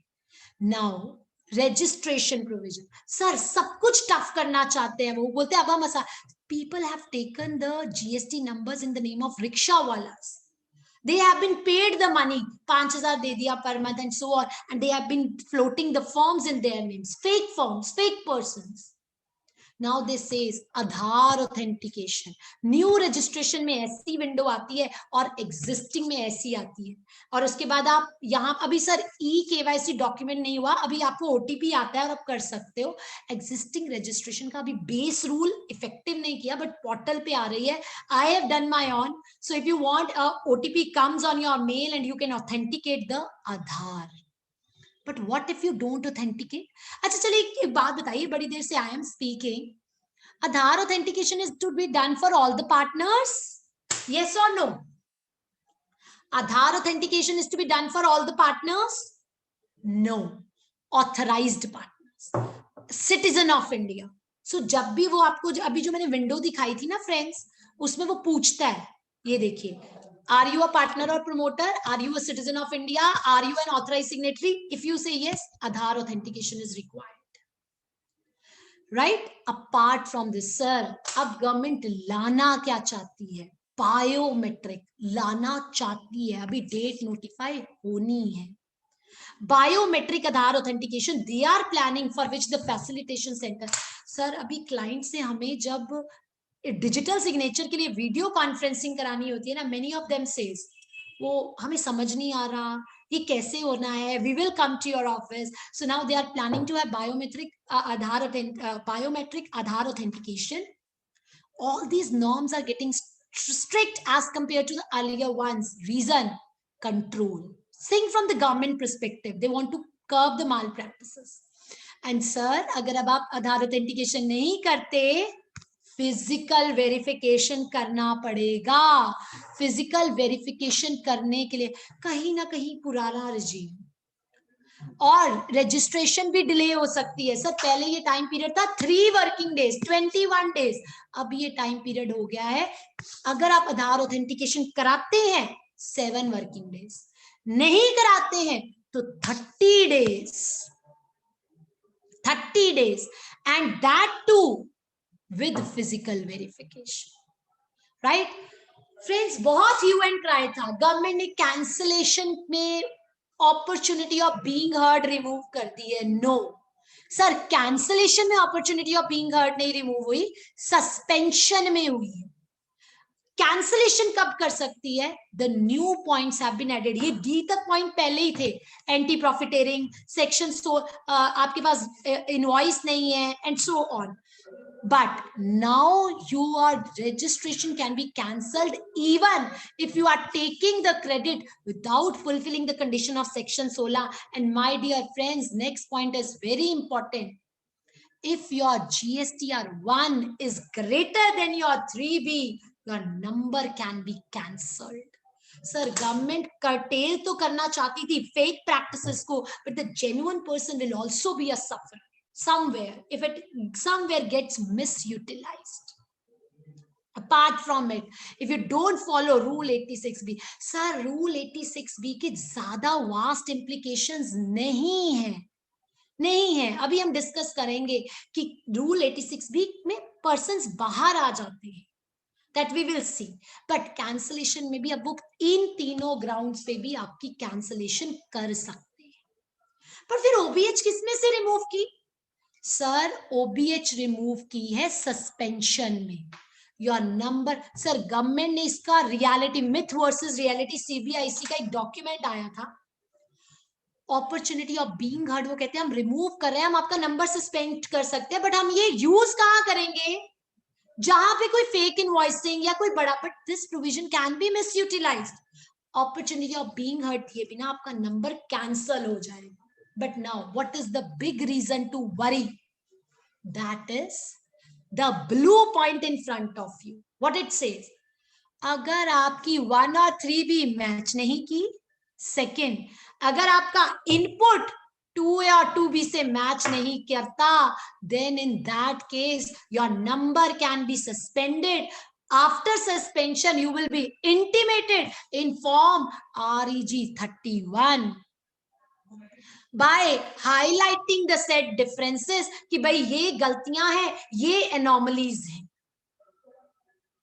ओके अब आपको क्या करना है? आपको इसका आंसर देना है। If the proper officer is satisfied, he can drop the proceeding any time. Sir somewhere we are going back to the same regime, intervention, human intervention. 3B से 1 मैच नहीं करती, 2A से मेरा क्रेडिट B 2B से match नहीं करता, my number can be suspended, और number suspend, E-way will also suspend. So we have to be a bit cautious. अब लिमिट हो गई है 105%। चलिए फ्रेंड्स बताइए लॉ किसको रेफर करता है, 2A और 2B? देख तो ले, जाग रहे हैं कि सो गए हैं? अच्छा जी, हरीश जी, अच्छा नाम तो लेना ही नहीं था सच्ची। कोई कह रहा है 2A, कोई कह रहा है 2B। Any correct answer? None sir, किसी को भी रेफर नहीं करता। रूल 36(4) यूजेस द वर्ड्स, सामने वाले ने अपनी GSTR 1 में दिखाया हो, GSTR 1 में और IFF में। वो कुछ नहीं कहता 2A और 2B। Let's read it with me, कुछ गलत नहीं कह रही हूं, चलिए देख लेते हैं। इट रूल 36(4, अब आपको पता है ये 5% हो गया। बिग क्वेश्चन मार्क, किसका उठाऊं 5%? 2A और 2B? No clarification. In respect of invoices कहां पे फर्निश किए हो? GSTR 1 में और IFF में। वो कुछ नहीं कहता 2A और 2B, इट सेज सामने वाले ने अपनी GSTR 1 में फर्निश किया। Right now if we move further, friends अभी तक हम बात कर रहे थे various other provision. Now I come to the provision of rule 86B। कितना ह्यू एंड क्राई था ना, 1% टैक्स पे करना पड़ेगा। But friends this provision is a good provision if we step into the shoes of the government, except जो the new persons हैं, who have taken the new entrepreneurs, the new persons who are coming into it, the startups, they are going to face problem. But other than that, this rule is a good rule. Sir जो fake racketeers, जो cases चलते थे, जो kingpins होते थे, how they used to frame the transaction, सब कुछ credit पे 100%, कुछ टैक्स पे नहीं होता था बेस में। Output liability always less than inputs. The government put a point कि कम से कम 1%, सर वो 1% भी नहीं पे कर सकते। The amounts are so huge, the liabilities get introduced as a result. Now see, first thing friends, this provision has to be checked on monthly basis. हर महीने somebody asked me 86B में लिखा है 50 lakhs in a month, तो क्या करूं? 50 lakh into 12? No, the limit is given monthly. You have to apply this rule every month. Sir हो सकता है आपके एक रजिस्टर्ड पर्सन में जनवरी में लगे, फेब में ना लगे, मार्च में लगे, आगे ना लगे। So you have to check it every month. What? जिस मंथ में भी उसकी taxable supply, the word is taxable supply 50 lakh से एक्सीड करी। टैक्सेबल में क्या नहीं लेना? एग्जेम्प्ट नहीं लेनी, जीरो रेटेड नहीं लेनी, दोनों नहीं लेने। जिस मंथ एक्सीड करा भाई साहब, उस मंथ आप अपना पूरा आईटीसी यूज नहीं कर पाओगे। कितना कर पाओगे? 99%, यानी 1% तो कैश में पे करना ही पड़ेगा। बाहर आने का कोई रास्ता?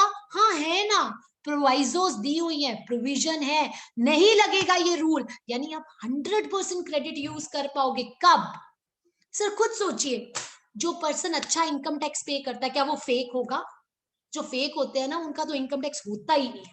सो गवर्नमेंट ने कहा कंपनी या एचएफ या प्रोप्राइटर, उसने खुद, या पार्टनरशिप फॉर्म, उसने खुद, या उसके 2 पार्टनर्स या उसके डायरेक्टर ने इनकम टैक्स भरा हो, कितना? पिछले 2 सालों में 1 लाख से ज्यादा। Who is going to hit by? The loss making entities are going to hit by it. उनको दिक्कत आएगी। The startups will, but मैं उसके लिए भी, to come out of this provision, I will tell you the way. अब बताइए, income tax पे किया हो। Now friends, I want to ask you, will MAT credit utilized for payment of tax will be considered as tax paid? Yes or no?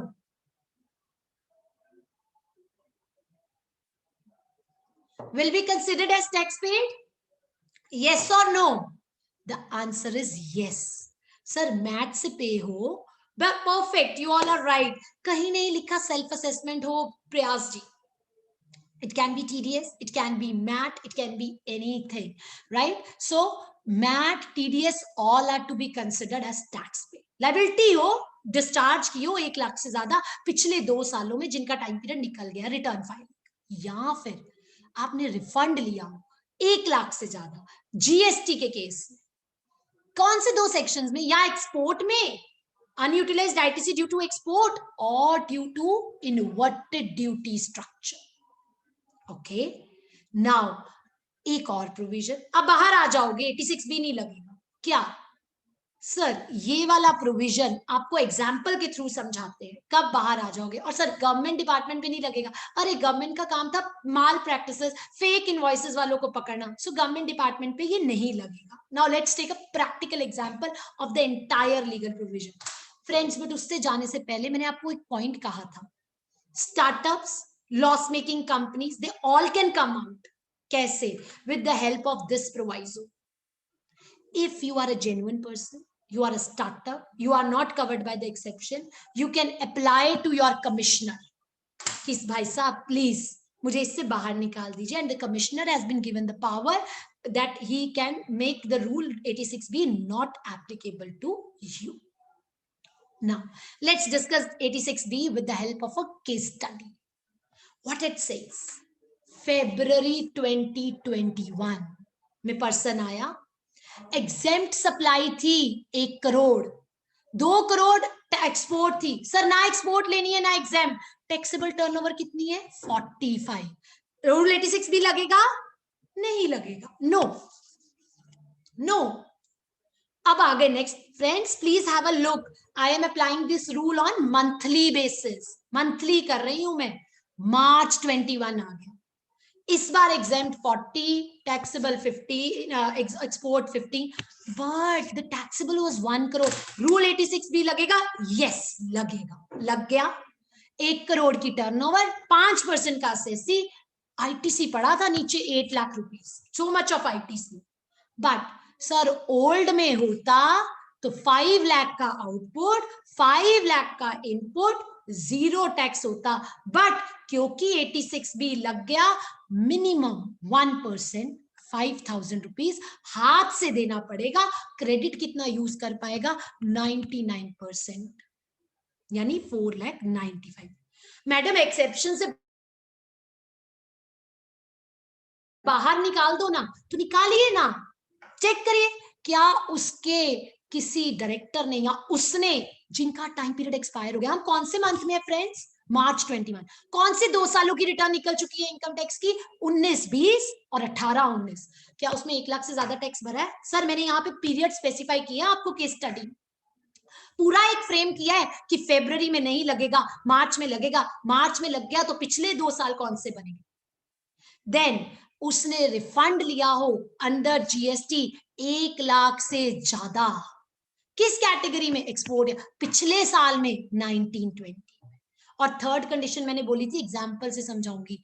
Friends हम कौन से month में हैं? हम मार्च 21 में खड़े हैं। वी आर अंडर मार्च 21। तो सर उसी साल का जो एक्सपायर्ड पीरियड है, कब से कब तक?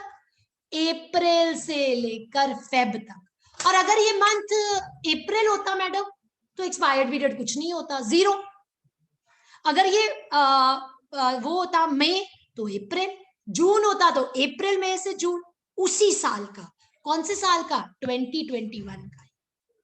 अगर उसमें आपने इस पूरे क्यूमुलेटेड पीरियड में 1% भी कैश में पे किया है, आप इस रूल से बाहर आ जाओगे। और सर जेन्युइन पर्सन ने कहीं ना कहीं कैश पे किया होता है, या फिर एक्सपोर्ट या इन्वर्टेड ड्यूटी का रिफंड लिया होता है, या उसके डायरेक्टर्स ने पेमेंट, या उसने खुद टैक्स भरा होता है। तो अगर उसकी अप्रैल से फेब तक का 1 लाख कैश था, सर ओल्ड रहेगा, एक्सीडिंग 1%, एक्सीडिंग 1%। और अगर वो 1.5 लाख था तो आप ओल्ड रूल में ही रहोगे। और अगर आप किसी से भी बाहर नहीं आए तो कमिश्नर को लेटर लिख के प्रोवाइजो में कवर कर लीजिए। सो सर मेरे ऑफिस में तो हार्डली 5 से 10 केसेस ऐसे होंगे जिन पे 86 भी लगता होगा। And I think so the same will be your case. जितने एसएससीज बड़े होते हैं उसको हम ऐसे ही कवर करते हैं। सर दिस 24 आवर्स में 200 किलोमीटर की लिमिट हो चुकी है, और आपका ईवे बिल भी सस्पेंड हो जाएगा अगर आपका नंबर सस्पेंडेड है। Now I am taking up the issue of your e-invoicing. Okay, so now if I talk about, friends, मैंने आपको पीपीटी में ना सब कुछ डाला है e-invoicing में, एवरीथिंग, प्रैक्टिकल कैसे करना है, QRMP कैसे करना है, एवरीथिंग। बट जो हम प्रोविजन डिस्कस करेंगे that will be legal provisions of e-invoicing. Let me make the slideshow. Right. So friends, if I talk about e-invoicing, बहुत सारी नोटिफिकेशंस है, 68 से लेकर 89 तक। Now let me ask you, friends, मेरा एक क्लाइंट आता है मेरे पास and he says me, sir, is the screen visible now? Yes. And it is under slideshow na proper? Yes. Okay. Friends, my client comes to me and says कि madam मैं ना उसको audit कर रही थी। आई सेड टू हिम कि आपकी turnover तो 106 करोड़ है, आपको इनवॉइसिंग लग जाएगी। वो कहता मैम नहीं लगेगी, मेरी पिछले 2 साल से ना टर्नओवर 90 करोड़ है। नाउ टेल मी इनवॉइसिंग लगेगी कि नहीं लगेगी? आई वांट, और सर क्विकली इनवॉइसिंग के इश्यूज करेंगे हम। Now tell me, the client is having now the turnover of 90 lakhs। 2 साल पहले कहीं उसकी टर्नओवर 100 करोड़ से अबव थी। Will it apply? Harish ji perfectly right, yes. Friends, the words therein is any financial year up from 2017-18. I said to my client, कोई बात नहीं अगर 90 लाख है, कोई बात नहीं अगर पिछले से पिछले साल में 17-18 के बाद 106 थी। वो कहता हाँ आप पे e-invoicing लग जाएगा। Second issue, I ask you, is e-invoicing applicable on export invoices? Is e-invoicing applicable on export invoices? Yes या no? कुछ तो बोलिए। Yes, e-invoicing is, I am receiving a few messages as no, but the answer is yes sir, e-invoicing is applicable on export invoices also. Is e-invoicing applicable on exempt supplies? Exempt supplies? No sir, exempt supplies में तो bill of entry जाता है, bill of supply जाता है। It is not applicable. Then whom it is applicable on? It is applicable on invoices, debit or credit notes. Which invoices? Friends, B2B invoicing पे e-invoicing भी है, plus QR code भी है। आपका IRP in the IRP portal itself QR code generate कर देता है। B2C invoices की लिमिट 500 करोड़ से ऊपर वाली एंटिटी पे है और इन पे सिर्फ QR कोड है। और B2C इनवॉइसेस के लिए गवर्नमेंट ने कहा है QR कोड नहीं भी लगाएंगे तो मैं 31 मार्च तक पेनल्टी नहीं लूंगी। 1 अप्रैल से जरूर लगा देना। B2B इनवॉइसेस, मैंने स्क्रीनशॉट भी डाले sir, I am going to show you. B2B invoices में e invoicing plus QR code दोनों होते हैं। सर कहां लिखे हैं मैडम ये प्रोविजन? रूल 48(4) में लिखे हैं। ओके 48(4) सबसे पहले आया था नोटिफिकेशन 68 में। Time to time limit change होती रही। 500 करोड़ के लिए बना दी फ्रॉम 110 अक्टूबर से कर दी थी और 100 करोड़ के लिए विद इफेक्ट फ्रॉम 1/1/2021 की। वर्ड्स क्या डाल दिए? Any preceding year from 17-18 onwards. कितनी सारी साइट्स कॉमन पोर्टल की उन्होंने बनवाई थी। ई इनवॉइस 1, 2, 3, 4। अभी sir E invoice 1 is now applicable. E invoice 1 is now अभी जो ऑपरेटिव है दैट इज ई इनवॉइस 1। कैसे होगा?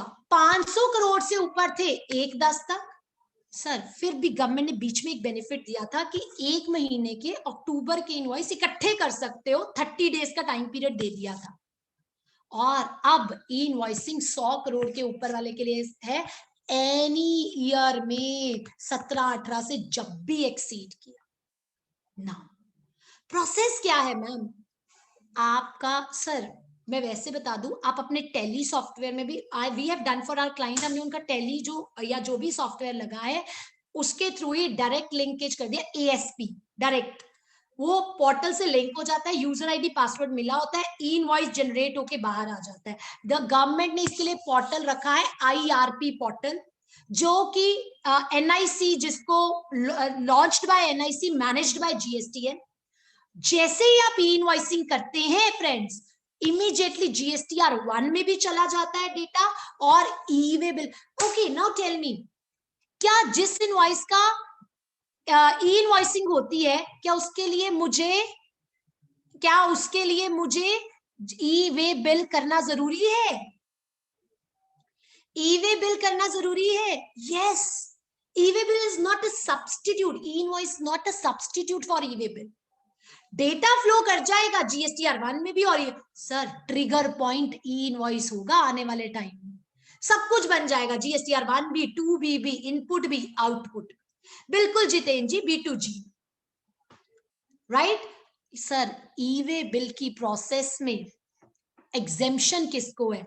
इंश्योरेंस कंपनी को है, GTA को है, पैसेंजर ट्रांसपोर्ट का है, सिनेमेटोग्राफी वालों को है। एंड फ्रेंड्स जो लोग SCZ में डील करते हैं, लेट मी टेल यू, सिर्फ SCZ यूनिट को एग्जेम्पशन है, SCZ डेवलपर को नहीं है।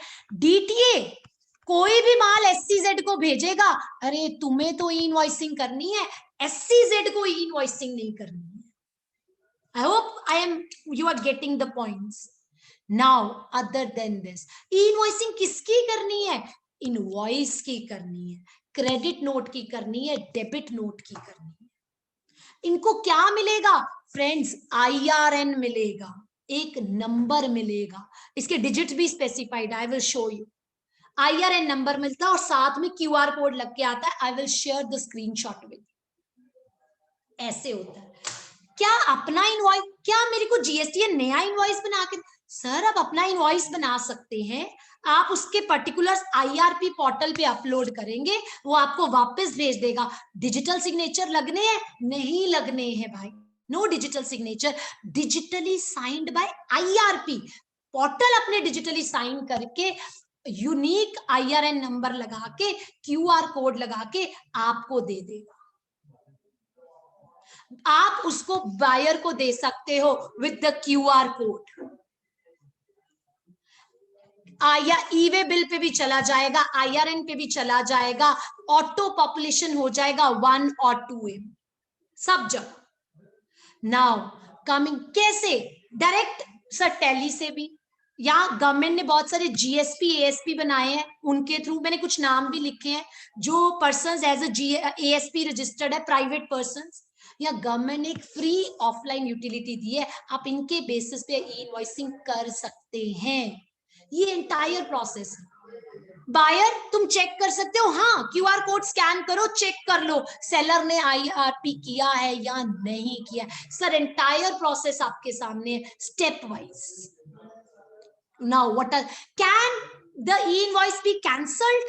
कर सकता हूं मैं cancel? The answer is yes, it can be cancel. बिल्कुल जितेन जी, I have also used the Teleprime for the same and it's good to use and easy to use. Yes, sir, it can be cancelled but it cannot be amended on the portal. एक बार जिस invoice number का generate हो गया ना, वो दोबारा उसका IRN करने नहीं देगा। एडवांटेजेस आप सबको पता है, it is the trigger point, no fake invoicing, nothing else. ये पोर्टल है सर, आपके सामने स्क्रीनशॉट्स है, GSTN number, user ID, password मिलता है, कितने जनरेट किए, कितने कैंसिल किए, एंड ई कैंसिलेशन भी कर सकते हो depend on acknowledgement number and IRN. This is the pro forma sir, ये आईआरएन जनरेट होता है जो लिखा जाता है, और ये क्यूआर बी2बी में आईआरएन भी है और ई इनवॉइसिंग भी है। व्हाट इज इंपॉर्टेंट, बी2बी के लिए होगा, एससीजेड के लिए होगा, एक्सपोर्ट्स के लिए होगा, डीम्ड एक्सपोर्ट्स के लिए होगा, एग्जाम बी2सी के लिए ई इनवॉइसिंग नहीं है, होली एग्जेम्प्ट के लिए नहीं है, कमर्शियल डेबिट और क्रेडिट नोट्स के लिए नहीं है। अच्छा जी, एक जीएसटीएन अपने दूसरे जीएसटीएन को भेज रहा है, क्या ई इनवॉइसिंग लगेगा? नहीं लगेगा, it is a normal invoice. Yes, it will be applicable. Small Q and FAQs की फॉर्म में डालें। एससीजेड डेवलपर पे लगेगा? बिल्कुल लगेगा, एससीजेड यूनिट पे नहीं लगेगा। सर मेरा तो एफटीडब्ल्यूजेड है। Sir, FTWZ is also covered by invoicing, means it is also covered as SCZ only. So जो exemption SCZ को रहेगी वही for free trade units को भी रहेगी। Now, बहुत अच्छे क्वेश्चन सर। मेरा एक SCZ यूनिट है और एक DTA unit, what should I do? Aggregate turnover दोनों की ऐड होगी एलिजिबिलिटी के लिए, बट ई इनवॉइसिंग किसको करनी पड़ेगी? सिर्फ डीटीए यूनिट। क्या आईएसडी के इनवॉइसेस पे लगेगी invoicing? No.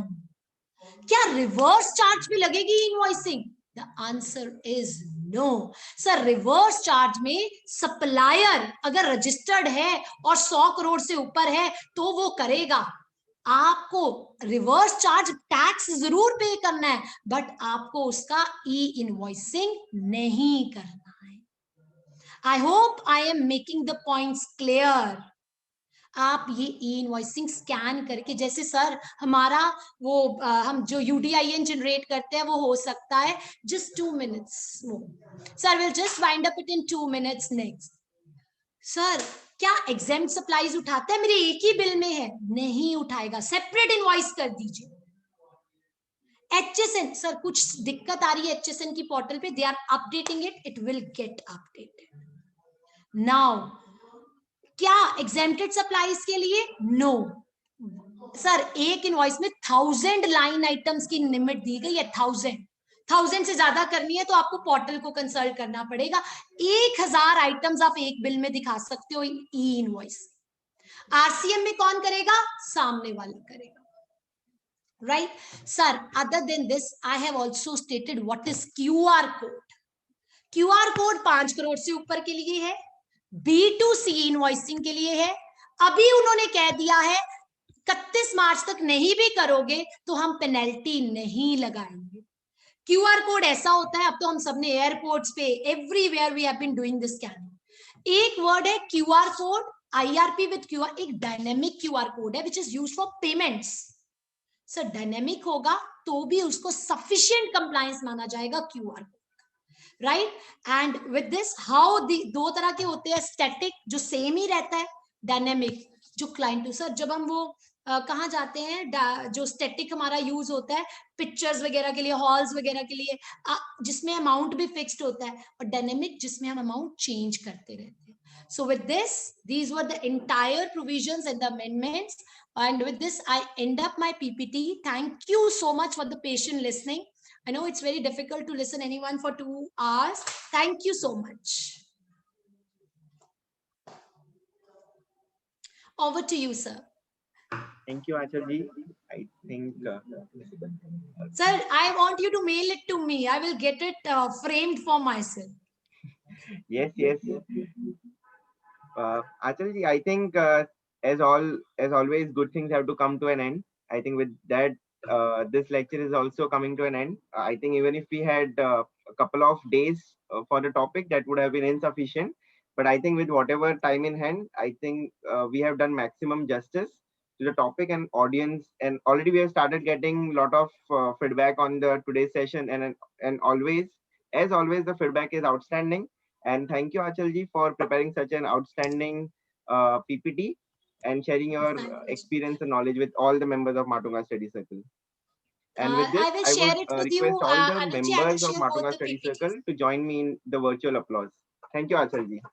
Thank you so much, sir. Thank you, Achalji. Announcement for tomorrow's session. Tomorrow we have Shri Gautam Nayak taking lecture on recent amendments on charitable trust, and the lecture will start at 10 a.m. sharp. Request all the members. The joining link will be sent out soon. Has already been sent out, and members can save that link in the can retrieve the link from the mailbox and save it for tomorrow's easy reference.